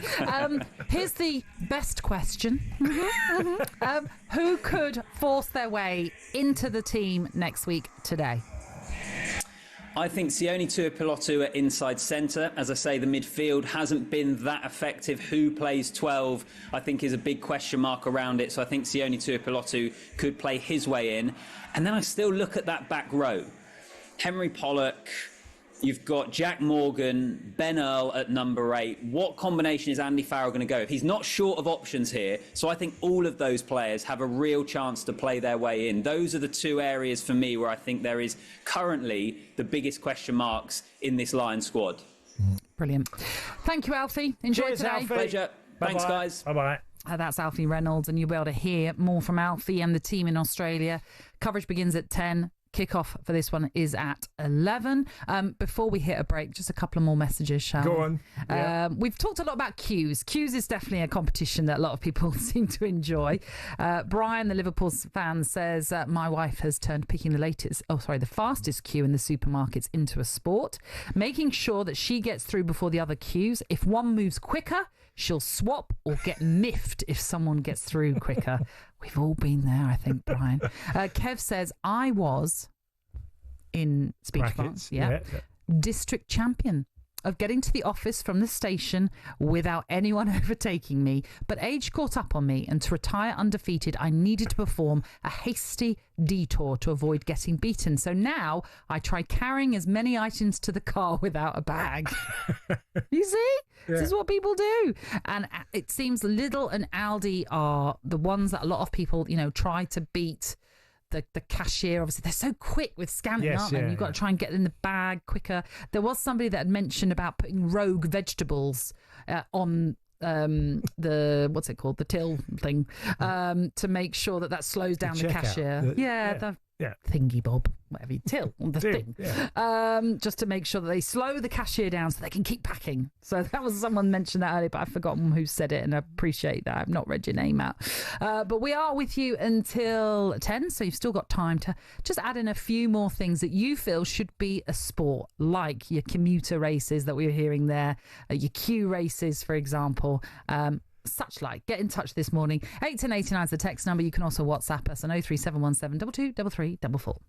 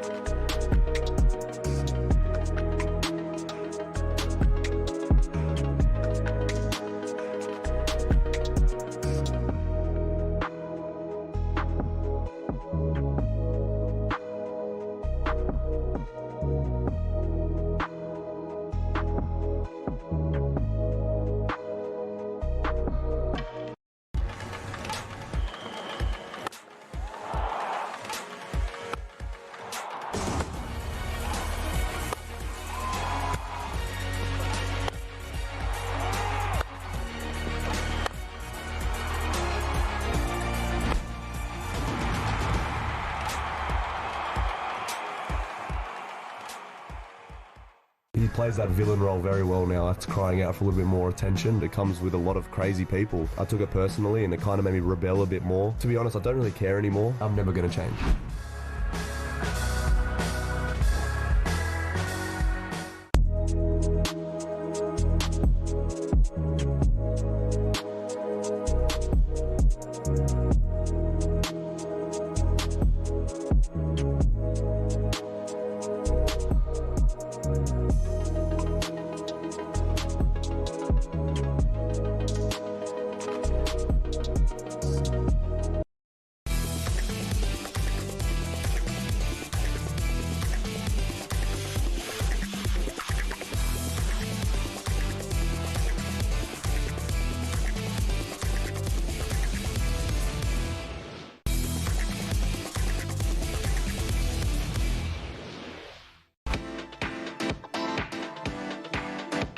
Good morning. Thank you for tuning in to Game Day Breakfast this Saturday morning. It's the former Republic of Ireland striker Tony Cascarino and me, Natalie Sawyer, the Mario Kart extraordinaire, as it has been written.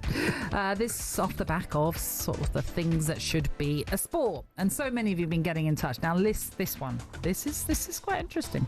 No name on it, but it's a tradies game. So in the trade. Yeah. But it's a classic. It's the tape measure game.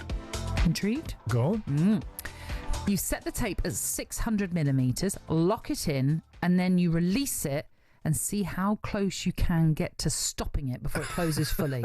The current record for this person is 5 millimetres. I mean, that is... Whoa. So it's obviously like one of them that lock. Yeah, you lock it. So you set it to 600 and it millimetres. springs off. Yeah, and then you release it, and then you've got to obviously lock it before it gets back into the holder.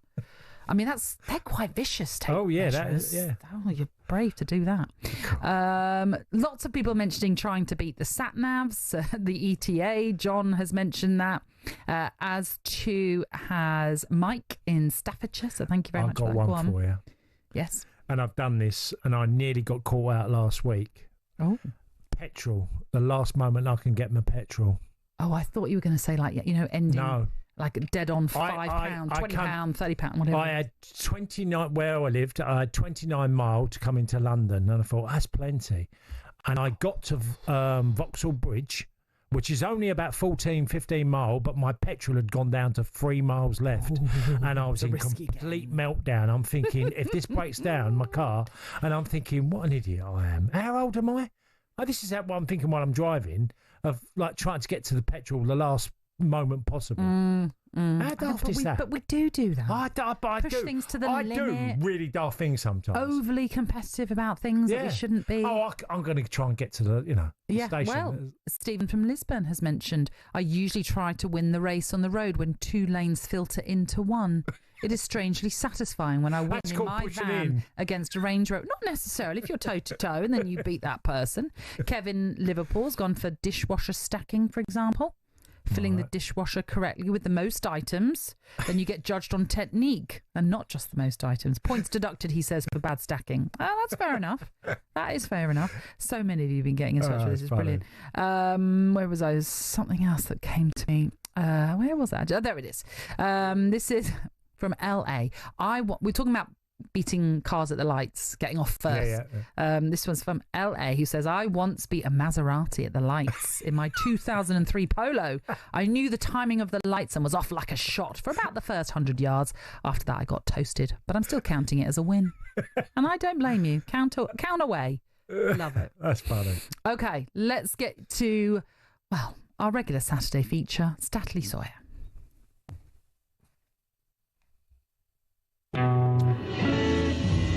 Stats, expected goals, possession in the final third, clean sheets,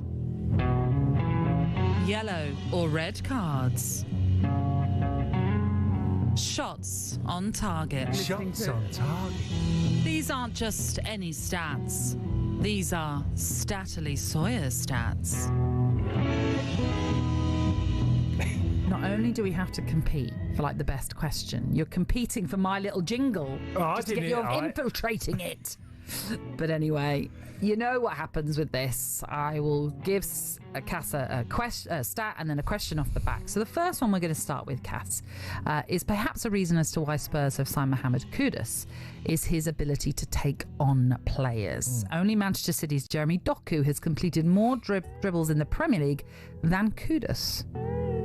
So, does that make him an automatic starter for Spurs? Oh, they won't be buying him for the bench. He's absolutely. He's got that. What I like about Kudus is, which I saw. Funny enough, I bumped into Chrissy Houghton, who had him, who worked with him with Ghana. Yeah.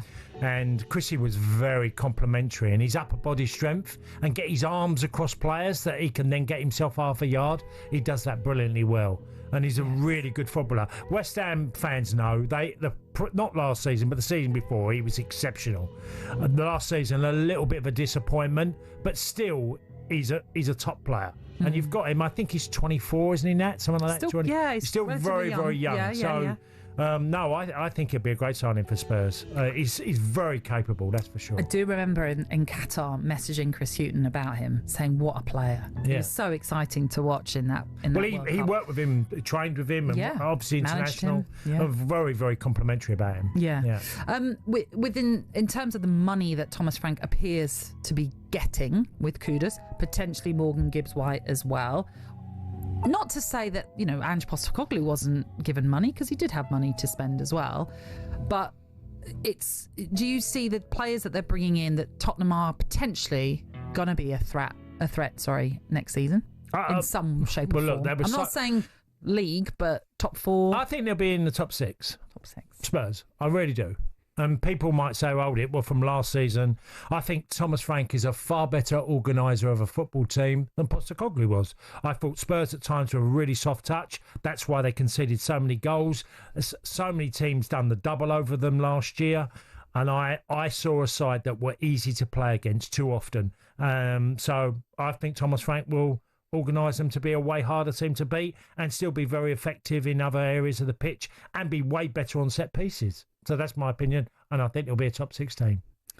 Let's switch even to Arsenal and Noni Madueke, who looks as though he's heading there. By all reports, he's already left America to head over here to potentially make this switch to the Emirates. He'll become the 18th player to move between the two London clubs, the most between two sides this century in the Premier League. Does that surprise you? Not really. If you would have said to me, because there has been quite a few transfers from, obviously between Arsenal and Chelsea, people like Aubameyang, you start thinking, you dig deep, and there's quite a number of them. So, they obviously like doing business with each other for whatever reason. They both have had lots of good players, haven't they, over the years? Emmanuel Petit, Yes, that was Arsenal, Chelsea. But thinking, a question I asked to Perry Groves. Gallis. You can William Gallis, there's loads of them. Yeah. And good players, by the way. William, really good players. Tottenham. Oh, sorry. I know. I'm getting confused because I keep thinking of Jorginho. You said Arsenal, didn't you? Yeah, it's Tottenham to Arsenal. Oh, no, we are talking about Chelsea, aren't we? Yeah, Chelsea, Sorry, Arsenal. my bad. Yeah, so Jorginho is one. I was thinking that, and I'm thinking of Tottenham, but that's because I was talking about Tottenham before. But just in terms of what I asked Perry Groves then, with the number of players that Arteta is now signing and linked to, with Gyökeres perhaps the striker that they've been perhaps searching for some time, what pressure does that put on him for next season or this coming season? He's rolling the dice hard, and I think by the end, I said to you probably 2 weeks ago, when we get to August, Arsenal would have done a lot of their deals and there'll be a formidable team next season. And I think I don't think there's any other option for him to go hard and fast on his team and try and win that title. Whether they've got enough, we don't know. But what we'll know is that if he can get Gyökeres in, and then you've got Havertz coming back into that side, you've got Saka, obviously Noni Madueke, you'd have Martinelli, Odegaard, Rice. You're looking at a lot of good players. Arsenal, that's without mentioning any of their back four. Remember, they didn't have Gabriel for a large part towards the end of last season. The partnership between them two, you think Lewis Skelly would kick on a bit. I think Arsenal are going to be a real threat next year, and they're going to be They're going to be a hard team. It's their best chances next season to win the title. But will they be good enough to get in front of Liverpool? Because Liverpool can be good. I personally think it's their best chance that I could see them having a winning it, but it's still going to be a massive ask. City? I think City are defensively not strong enough. Right. If they can shore that up slightly, because I still think they're vulnerable at conceding goals in fullback areas. Ant-Nouri's a fine player, but he's not a great defender. I don't think Núñez is a right back of a level that can defend brilliantly for the team. Diaz is not quite as good. John Stones has been injured too much. And so there's lots of question marks for me in the back line of City for them to win the title. Yeah, okay. And the loss of De Bruyne, because the influence that he had over the years. Stature in that team, certainly. Very quickly, in terms of judging petrol, I once ran out of petrol on the queue to the petrol station. I had to push the car forward to the pump and fill it up, and it was fine. That was Richard from the Wirral. And in terms of competitions, this is from Mark, who says sauna or a steam room. First in, last out. Oh, that's Mark a challenge. Is the Olympic champion, he says on that one. I couldn't do that one. I know. That's I'm not a hard one for me. Not a big fan. No. Right, that's it for us today. We are back tomorrow morning from 6 o'clock, where we will look back at what happens at the Adelaide Oval, where the British and Irish Lions, well, they will be wanting to get it right ahead of that first test with Australia next weekend. Their final tour match before that first test gets underway next here on talkSPORT.